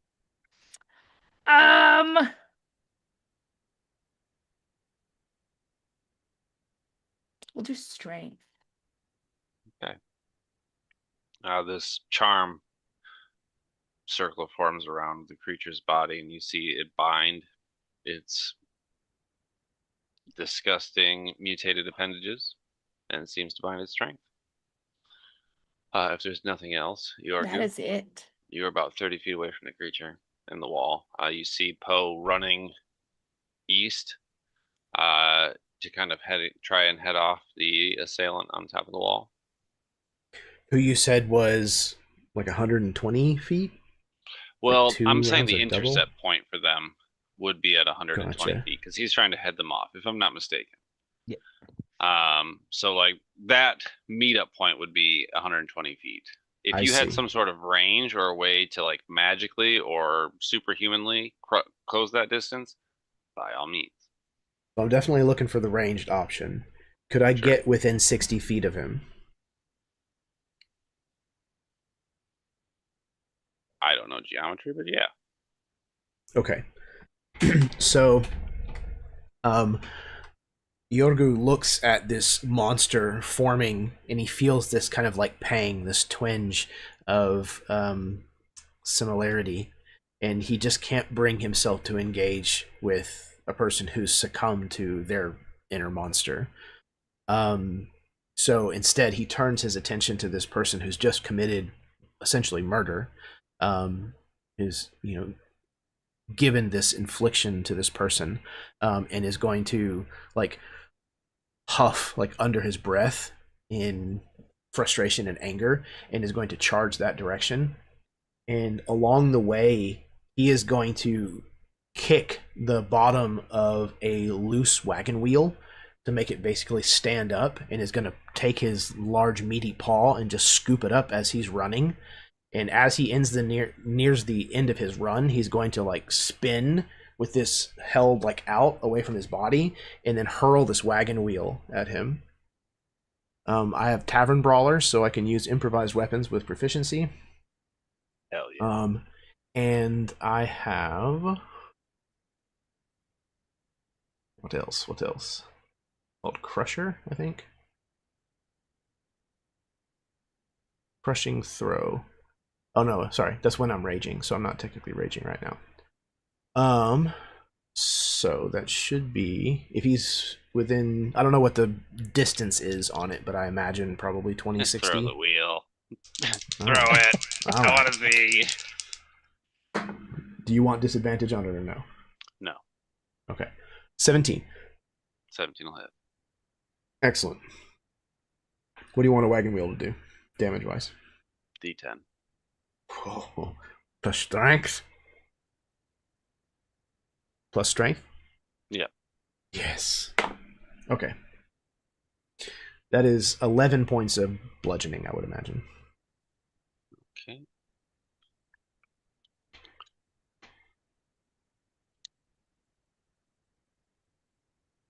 Yeah, Yeah, you hit them hard with this wagon wheel. Charges forward, grabs that, kind of like I said, spins, and then hurls, and this wagon wheel just kind of like through the air and like hits them right in the back of the knee on the leg that faces towards him. It's like when O'Connell throws the chair at Benny in the first Mummy movie. Yes.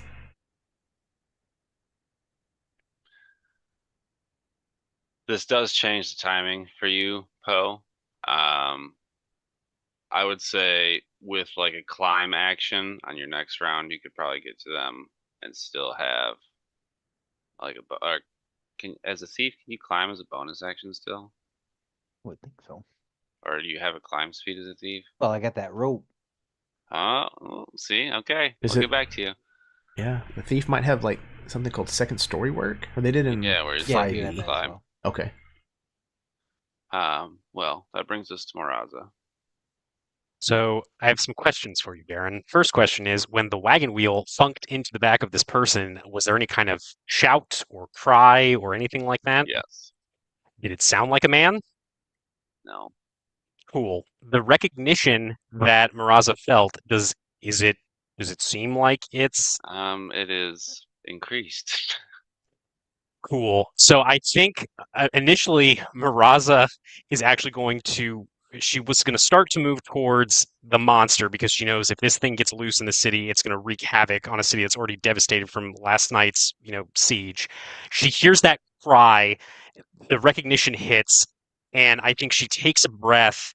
And anyone that's watching, you see her one good eye, it fills with this almost like oily black liquid. Her veins around her eyes start to become black as well. The left eye socket with this little mote of flame suddenly starts just like belching this yellowish green unnatural fire as she begins to absorb as much necromantic energy from all of the death that has happened over this last night. And she is going to use the Dance Macabre as everything just slows down for her.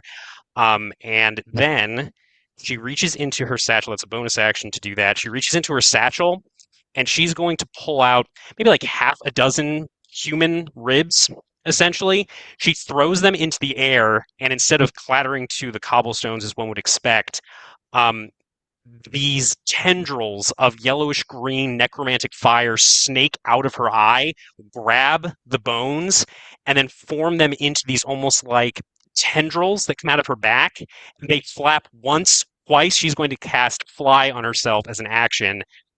So she actually has a 60-foot flying speed, but with the Dance Macabre, it becomes 70 feet. So she's going to So just you'd be like, take yeah, off. you would get there. Yeah, and immediately land. I think she's going to land behind um, this Iron Hood, and she's going to look right at you, Whisper, as you're approaching, and she's going to say, "Do not hurt her yet." And then that is going to be it for her, I think. That's bonus action and action plus movement. Carrion, her familiar, is going to go next because he rolls separate initiative. He got 13, so he's right after her.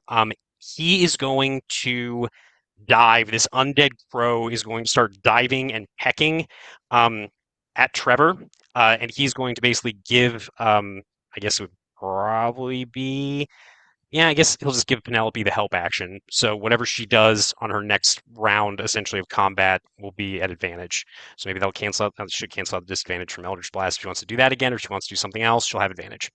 That is going to be it for Miraza's turn. She's definitely within, like, if she can be, within 5 feet of this individual. So if they try to run, she's got her rapier already at the ready as these kind of fiery skeletal wings are kind of keeping her aloft slightly off the ground. Okay. It is the creature's turn.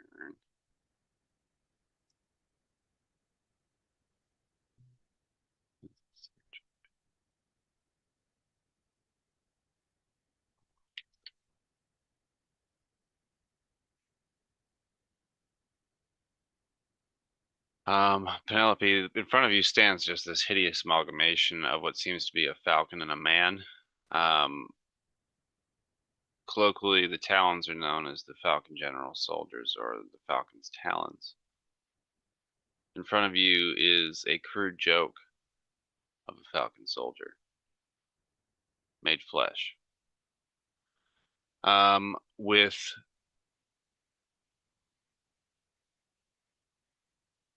savage ferocity, he is going to make 3 attacks against you.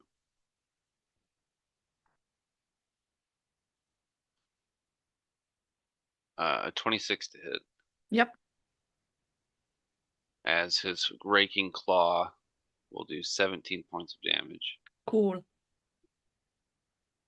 He comes around with a like brutalizing fist for 15. Is that a hit? A 15? Yes. Meets it, beats it.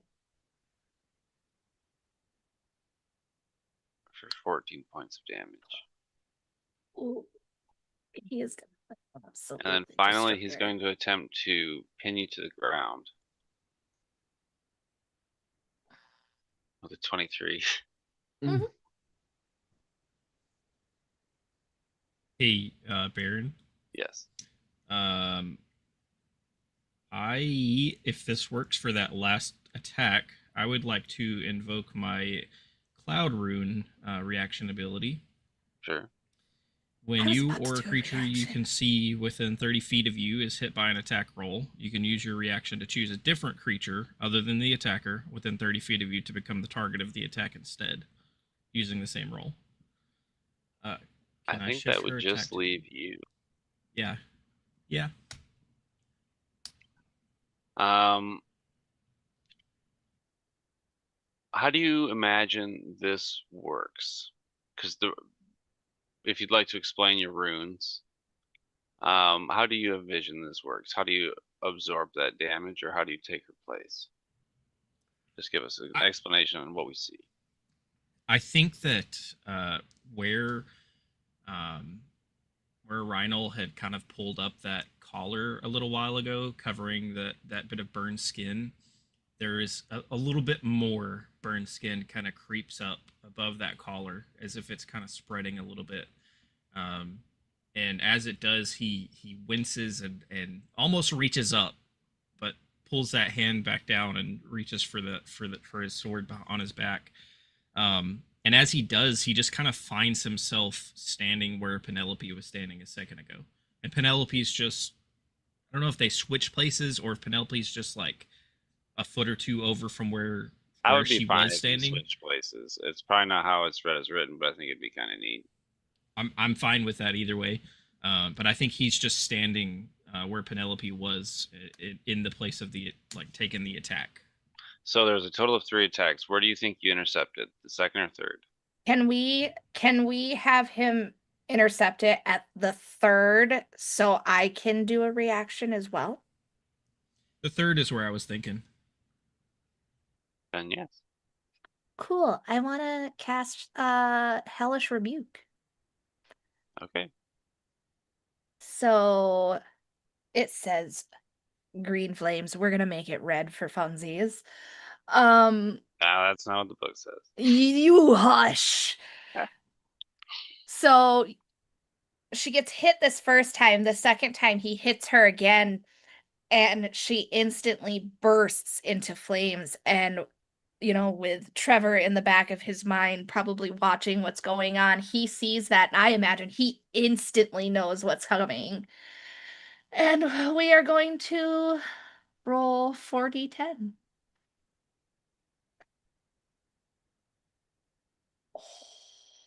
For 19 damage. Okay.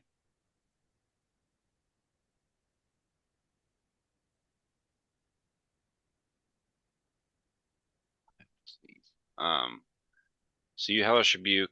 Rhino, you invoke your brand and switch places. So you're taking the final hit for 10 points of damage. I need you to make a Constitution save, my guy.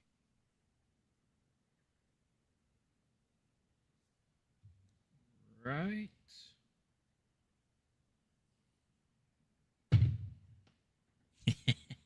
That's a 9. The creature pins you down, and as it kind of leans over you, it drips a hellish saliva that enters some sort of wound. You failed your Constitution save, and you're going to take 8 points of poison damage. You're not poisoned, but I think it drips on that burn that was just expanding.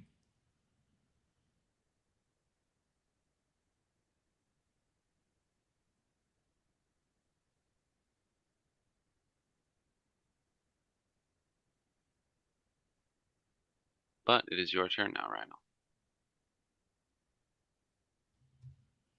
Okay. I would like to try out something else new and fun that I've never done before.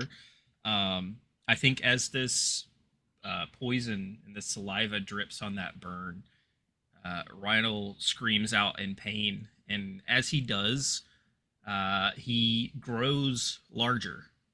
I would like to do a bonus action and use my Giant Smite ability, which which makes me go from medium to large, among other things. But I want to try to turn the tables on this creature as it's kind of pinning me down. I want to grapple it, I guess, and pin it down. I would say it's a contested strength. Because it wasn't like physically like pinning you down. It was just attacking you. And I was naming it that. So you could ultimately pin him this round. Remember, he has disadvantage on And strength he does have checks. disadvantage on strength checks. I have. So I need to make a strength check as well. Yeah, I rolled really poorly. Let me check my strength score.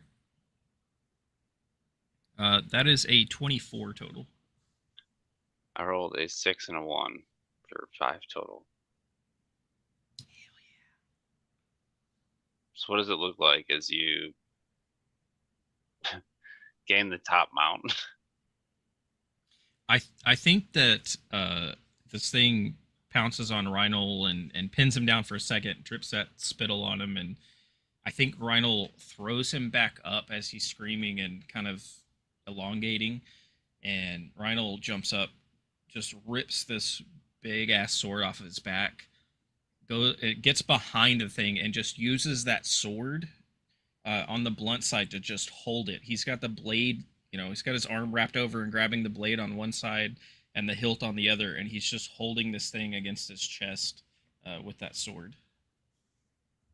Okay. Is there anything else you'd like to do? I think that's enough. I think that's enough. That brings us to the Iron Hood's turn. Maraza, she is going to disengage as a bonus action. Bitch. And she is going to dash.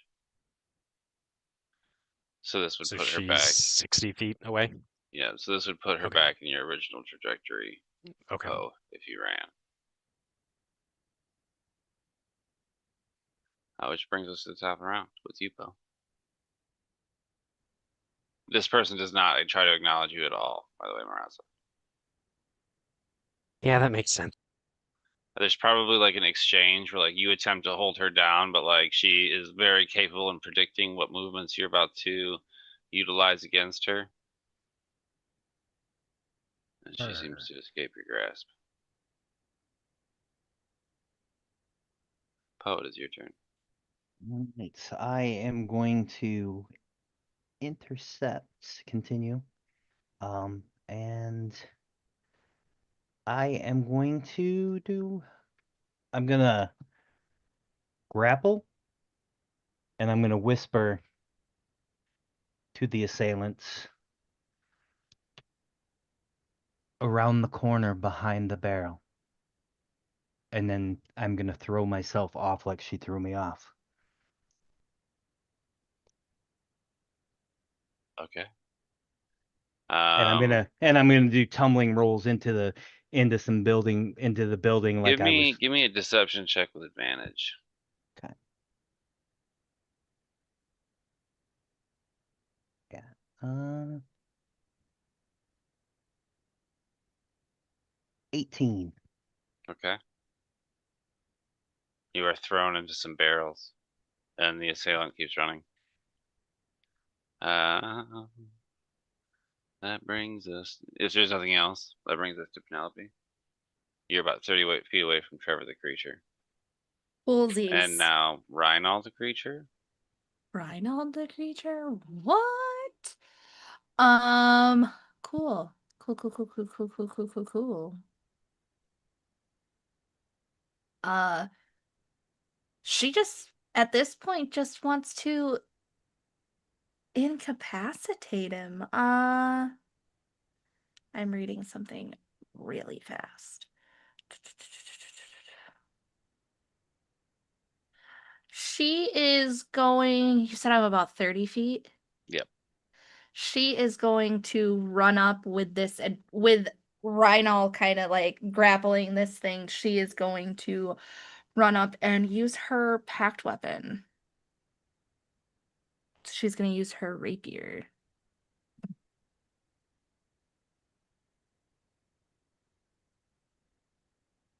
Oh, I call shenanigans because that's a natural 1. As a human, you should get an inspiration at the start of every game. Oh, cool.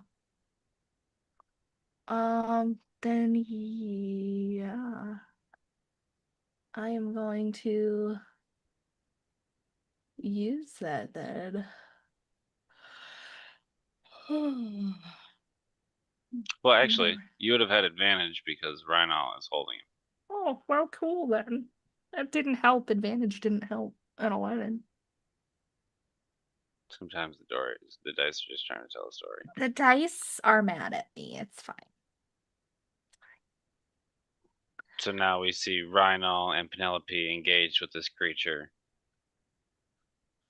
Is there anything else you'd like to do? I have a second attack. So, This one will Rilla. also be with advantage. yes. 16? A 16 will hit.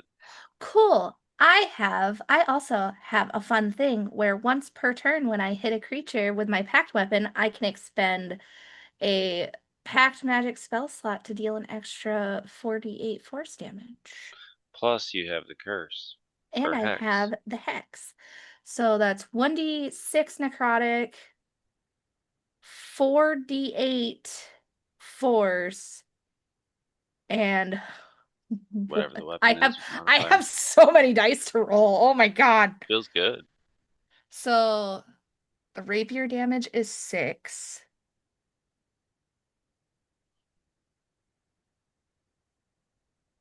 I need to do this. Where is it? 1, 2, 3, 4. The Eldritch Smite is 17. Oh, smart. And the 1d6 is 4. So 23, 27. God damn. Smacked him. That's my turn. All right, Yorgu. You see, Whisper has just been tossed out of the way of this iron hood as she rounds the corner out of your sight momentarily. They have gotten away from Araza. But you look back and you see that your two friends are engaged with a monster. I forgot Realizing- to add. Oh, go ahead. I forgot to add that Trevor now has the prone condition. You beat him to the ground. Seeing that his primary target has gotten away, and that if anybody's going to be able to do anything about it, it's going to be Maraza. He turns his attention back towards the closer battle, and is going to run back to where this skirmish is taking place. If he's able to close, then he will draw his weapon. We see him reach beneath this coat that is somewhat fitted, but is covered in patches, kind of all kinds of shades of dark, blacks, browns, grays, of leather that have kind of been stitched together, similar to the man himself. He reaches beneath this jacket and he pulls out this blade with like this audible metallic like shing, as it catches the light of the sun. It's daytime. And this blade is basically what looks like a giant meat cleaver. It's this large rectangular single-edged blade with a handle large enough that he has to hold it in both hands. And he closes the distance and brings this up above his head, and where Trevor is on the ground is going to swing this down at him. Roll to attack. Okay, that is going to be a 22 to hit. Yeah, that'll hit. All right. With advantage. It's a prone, baby. And grappled. You're okay.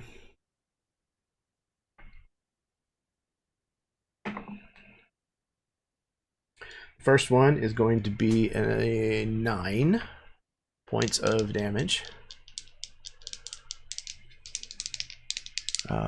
Would be slashing. Okay. And then his second attack is going to be a 19 to hit. 19 will hit. Excellent. All right. Second damage is going to be... Ooh, that's garbage. Do I have the thing where you can reroll damage? Thing.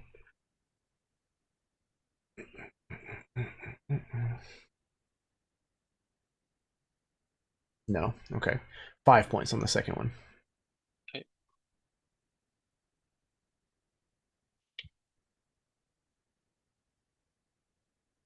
Is there anything else you'd like to do? Nope. All right, Maraza.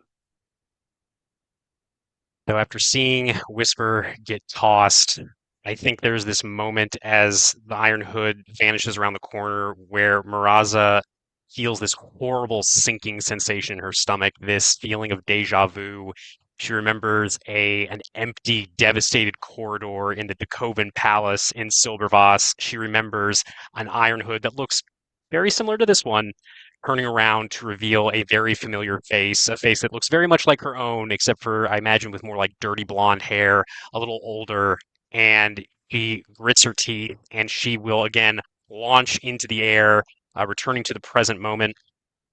And because she has 70 feet of flying just regularly with the Dance Macabre, she will land in front of her sister, Esther Brandt, and she is going to land in front of her, look at her, and say, "Kneel in place until I tell you to rise, Lady Dusk."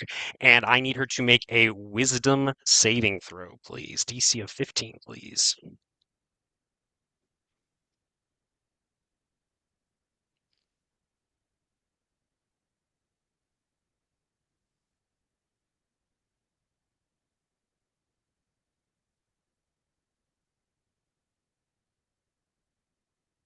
Roll a 19 on the die. Oh, God. Yeah, I imagine for a moment Esther hears not Miraz's voice, but she hears the voice of their mother, Olenka Brandt, but she's able to throw it off. She's a member of the Iron Hoods. She leads her own cell, I imagine, by this point, so she's probably used to these charming magics, so she's able to throw it off. I think Miraza looks visibly surprised, but she has her rapier out and she's leveled it at her sister's throat. She's like, "You are not going anywhere. You have cost me too much." And that is action, movement. Do I have any bonus actions that can help with this? Probably not. Nope, that is it, which will bring us to Carrion. Man, are there any like other talons in this area, Baron, that we can see? Currently, no. Any like outposts or like watch points? Basically, Miraz is trying to see if she can send Carrion to get more talons, essentially. I mean, yeah, you can do that. Okay, all I right, would say then. it would take 2 turns. Okay, then she will. Yeah, because I mean, Trevor is basically already incapacitated. So yeah, she will have Carrion fly off to the nearest Talon outpost that she knows of in this area of the city, 100 feet flying if he dashes. So that'll be his turn, and that is it.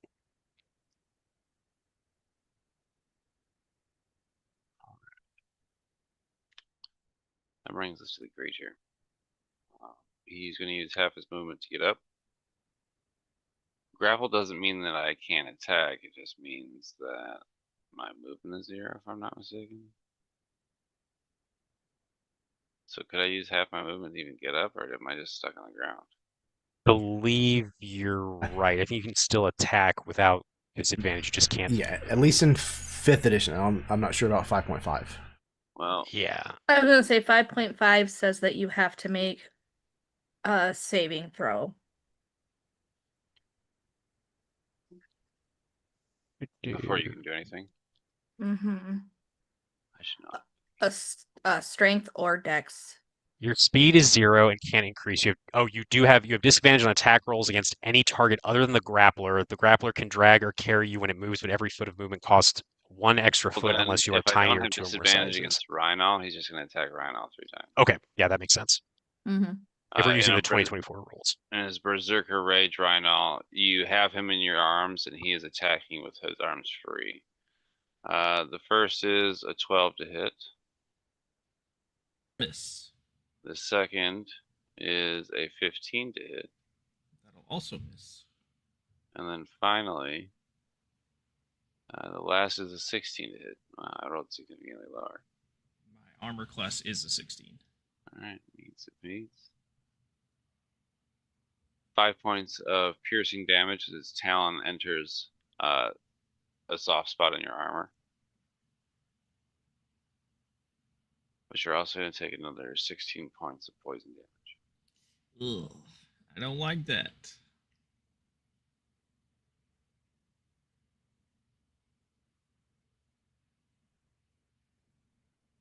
That brings us to your turn. With that, Rhynel is not looking great.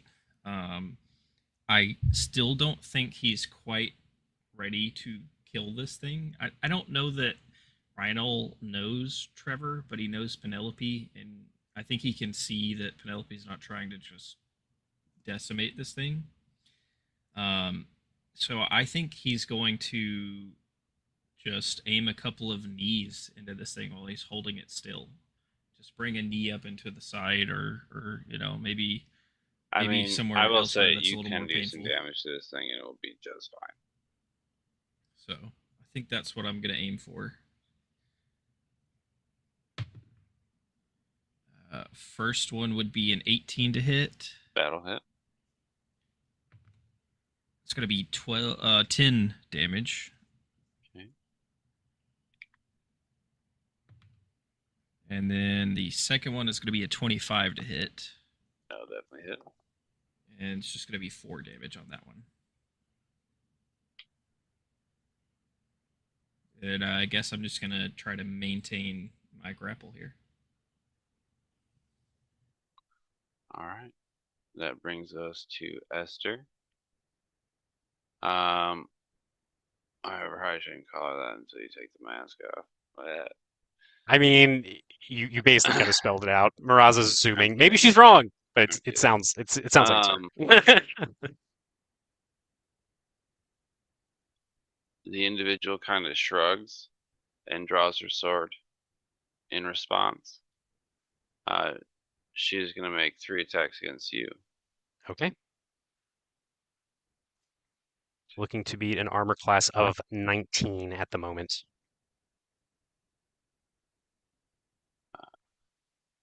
25. Okay, that will hit. 21. As the first strike hits, again, Miraza's sort of like seeing this like slow, almost like slightly slow motion sort of movement due to all this necromantic magic that she's kind of pulling into herself. Is there a body nearby, like a corpse from last night that hasn't been picked up, Baron? Realistically, all the bodies would have been picked up. It's like DMO. I would say roll a D100 if you get. It's really more for flavor, to be totally Sure. honest, than anything else. Sure. Unless the energy is high, I guess. Sure. Yeah, fair. So I think we see one of these, like this one corpse that maybe just hasn't gotten picked up yet. It starts to twitch, and then all of the flesh rips off of its body and forms a wall in front of her. She is going to cast Shield, which is going to bump her AC up to. Oh wait, actually, what was the? No, it's a 19 plus 5, so that would be 24 total. So the second one would not hit. The first one still hits. The one after that's a 23, so that one would miss Okay, as well. perfect. So it's just the first one. Roll that damage.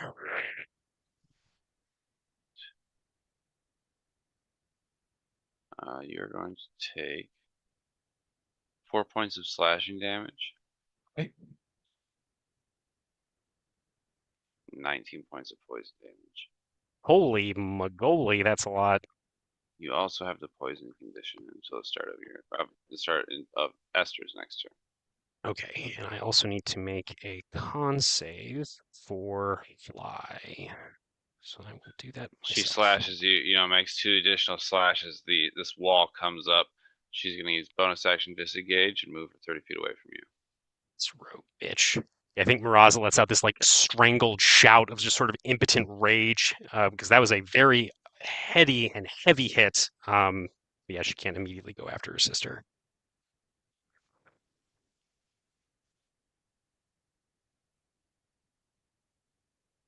Oh, Brings us to the top of the round with Poe. did I roll that twice? Hang on.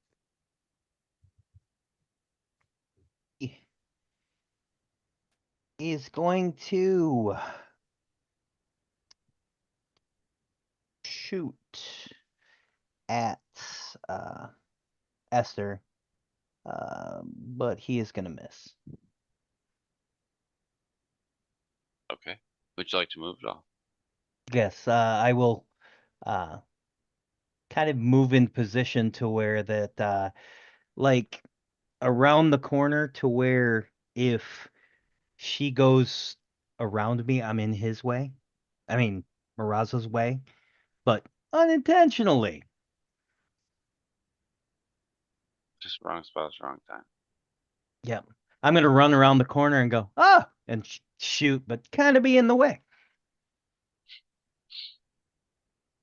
All right, Penelope.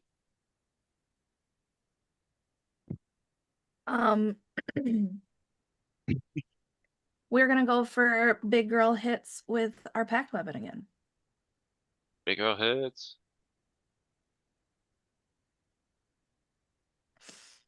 26 will hit. I got a nat 20. Oh yeah. Ew. Ayo. I can't do Eldritch Smite again because I don't have any spell slots left. So, but I get 2d6 now for my necrotic damage from my hex, correct? I'm gonna say yes. I'm gonna Let's say you're see. gonna just roll whatever you would roll normally twice. Add modifiers twice. 13 plus 6 is 19 for my first hit. That's the crit total, 19. Mm-hmm. Okay. And then rolling again. Oh, that's an 11. That's not gonna hit. 11 will not hit. Okay, that is my turn. Iorgu. This thing is still threatening to wreak havoc. It looks pretty fucked up. You guys are putting a number on it. Yeah. Looking over and seeing Penelope injured from where this thing had attacked her, and the fact that she looks so much like Isabella, he kind of like clenches his weapon tightly in his hands. You can kind of hear like the wood of the cleaver handle kind of creaking under his knuckles. He's gonna no, this just must be done. It is simply something that must be done. There is nothing personal about it. She is not Isabella. She's not Isabella. And he's going to charge forward and strike at this thing twice more.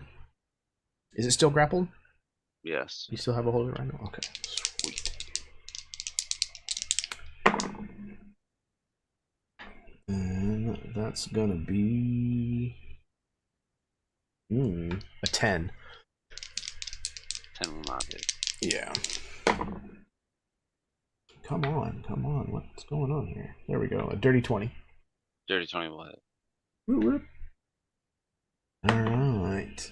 Plus 4. That's going to be 12 points of slashing. Gee. Is there anything else you'd like to do? Nope. That's it. Raza. Oh man, this is. Hmm. Yeah, hang on a sec. Time for everyone's favorite, a decision D4. Oh, the decision D4. Okay. Oh god. Yeah. So, Raza, after taking this hard hit that basically almost, yeah, it did bloody her in one. The flesh wall just kind of like dissolves into slurry in front of her. She's breathing hard. You can feel the poison that Esther was using on her sword kind of racing through her veins. But she's not going to lose her again because the last time that happened, everything imploded. So she, I think almost like an animal, kind of like leaps up to like the corner and then kind of pushes herself off, flapping the wings, sailing completely over your head there, Whisper, just at incredible speed, still moving, 70 feet in a single round with movement. She just lands and she's going to try again. She will take a breath. I imagine she coughs a little bit from the poison and just says, "Kneel in place until I tell you to rise." And I need another DC 15 wisdom check, please. Wisdom save, please.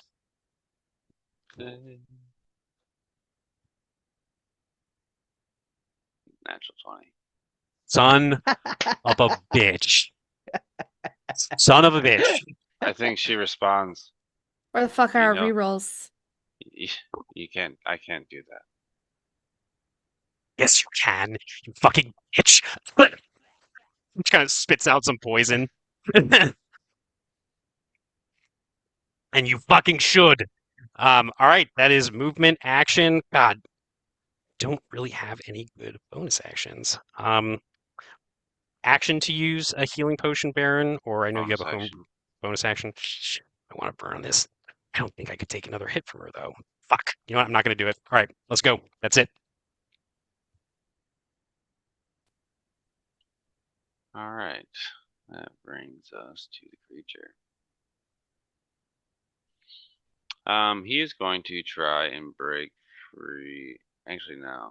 There's a better way of breaking free, and it's not breaking free. It is attacking you. Right now, he is going to strike you until you fall unconscious. First one is a 19 to hit. That'll hit. For 15 points of damage. I'm unconscious. He is going to turn on you, Yorgu. Actually, no. Penelope's right there. He's probably going to swing on Penelope first. Is it 23 to hit? Yarp. You might as well just do the damage because I'm probably dead. That's 21 points of damage. Yeah, I'm unconscious. Yorgu, you are the last standing.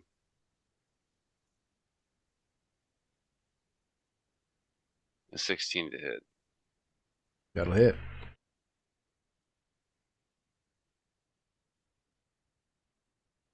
With this talon, you now see this attack that he's been hitting Rhino with, and one of its talons is like longer than the other, kind of like a raptor claw, and it seems barbed in some way. You're going to take 7 points of slashing damage, but an additional 13 points of poison damage.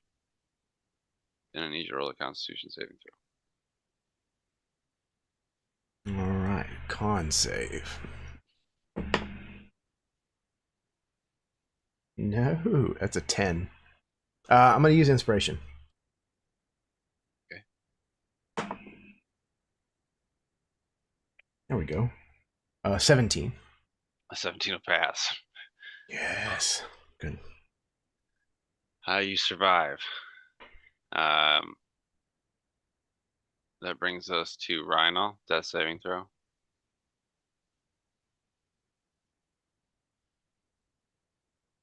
That's an 11. Pass. That brings us to Esther, who, before she flees, she looks to you, Moraza. You'll need to save your friends or they'll die. I hate you. I can live with that. I think Meet me Miraza in just Sil- spits. Yeah. Meet me in Silvervoss. And she turns and flees, dashes as her bonus action.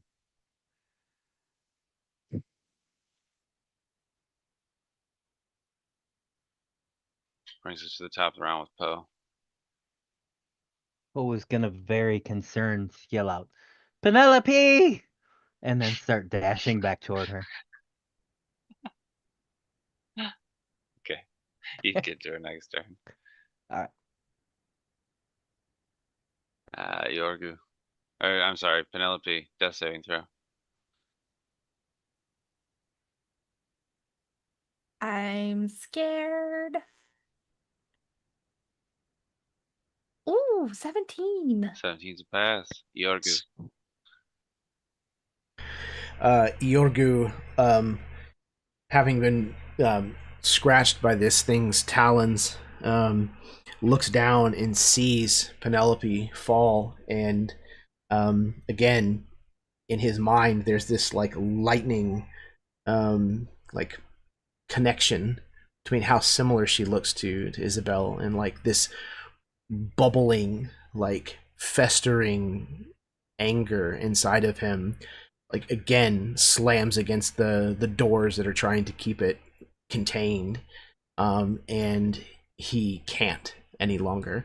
The pain that he's feeling from the wound and seeing this woman who looks so similar to the woman means so much to him. He just shouts, "No!" And as he does so, he grows in size. He becomes a foot and a half taller. He becomes 2 feet broader at the shoulders. His hands reach down until their knuckles are almost touching the cobblestones of the street, and his sword just kind of like cling onto the cobblestones, it also having grown with him. And he takes a step forward towards Trevor and brings this great axe up and swings it down at him. No advantage. Oh no, reckless attack. Advantage.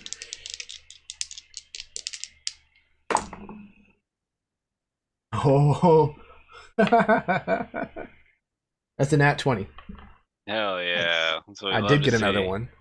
Fuck yeah. All right. Okay. Things happen when I crit as a barbarian. Things die. I crit, they fall. If it bleeds, I can kill it. Graze is a different thing. Where is it? Blah, blah, blah, blah, blah. Is that not in 2024? What are you looking for? What happens like when you crit with your damage die as a barbarian?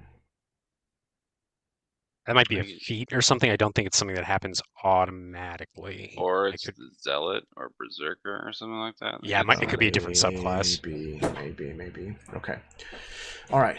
You do crit where it's Roll all your dice twice. Twice. Add okay. modifiers twice. Modifiers once. Oh, might add them twice. Yep. Cool. Like you're rolling the same roll twice. Heard. Okay. That is, and 8 is 20 points of damage. Okay. There's just like this thing as it cuts through him and like into a wooden barrel that's next to them, and he just like wrenches this free with his hand and comes back as it sings through the air again towards this thing. That's an 18 to hit on the second. Well, or was that 20 the total damage to the crit of the first one? 18. 20 was the total damage from the first hit. Gotcha. Yeah. Okay. And then, 18 will hit. 18. Okay. Excellent.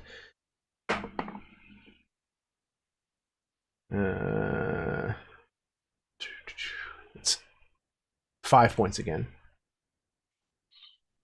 This thing is on death's door, but it still stands. Yay.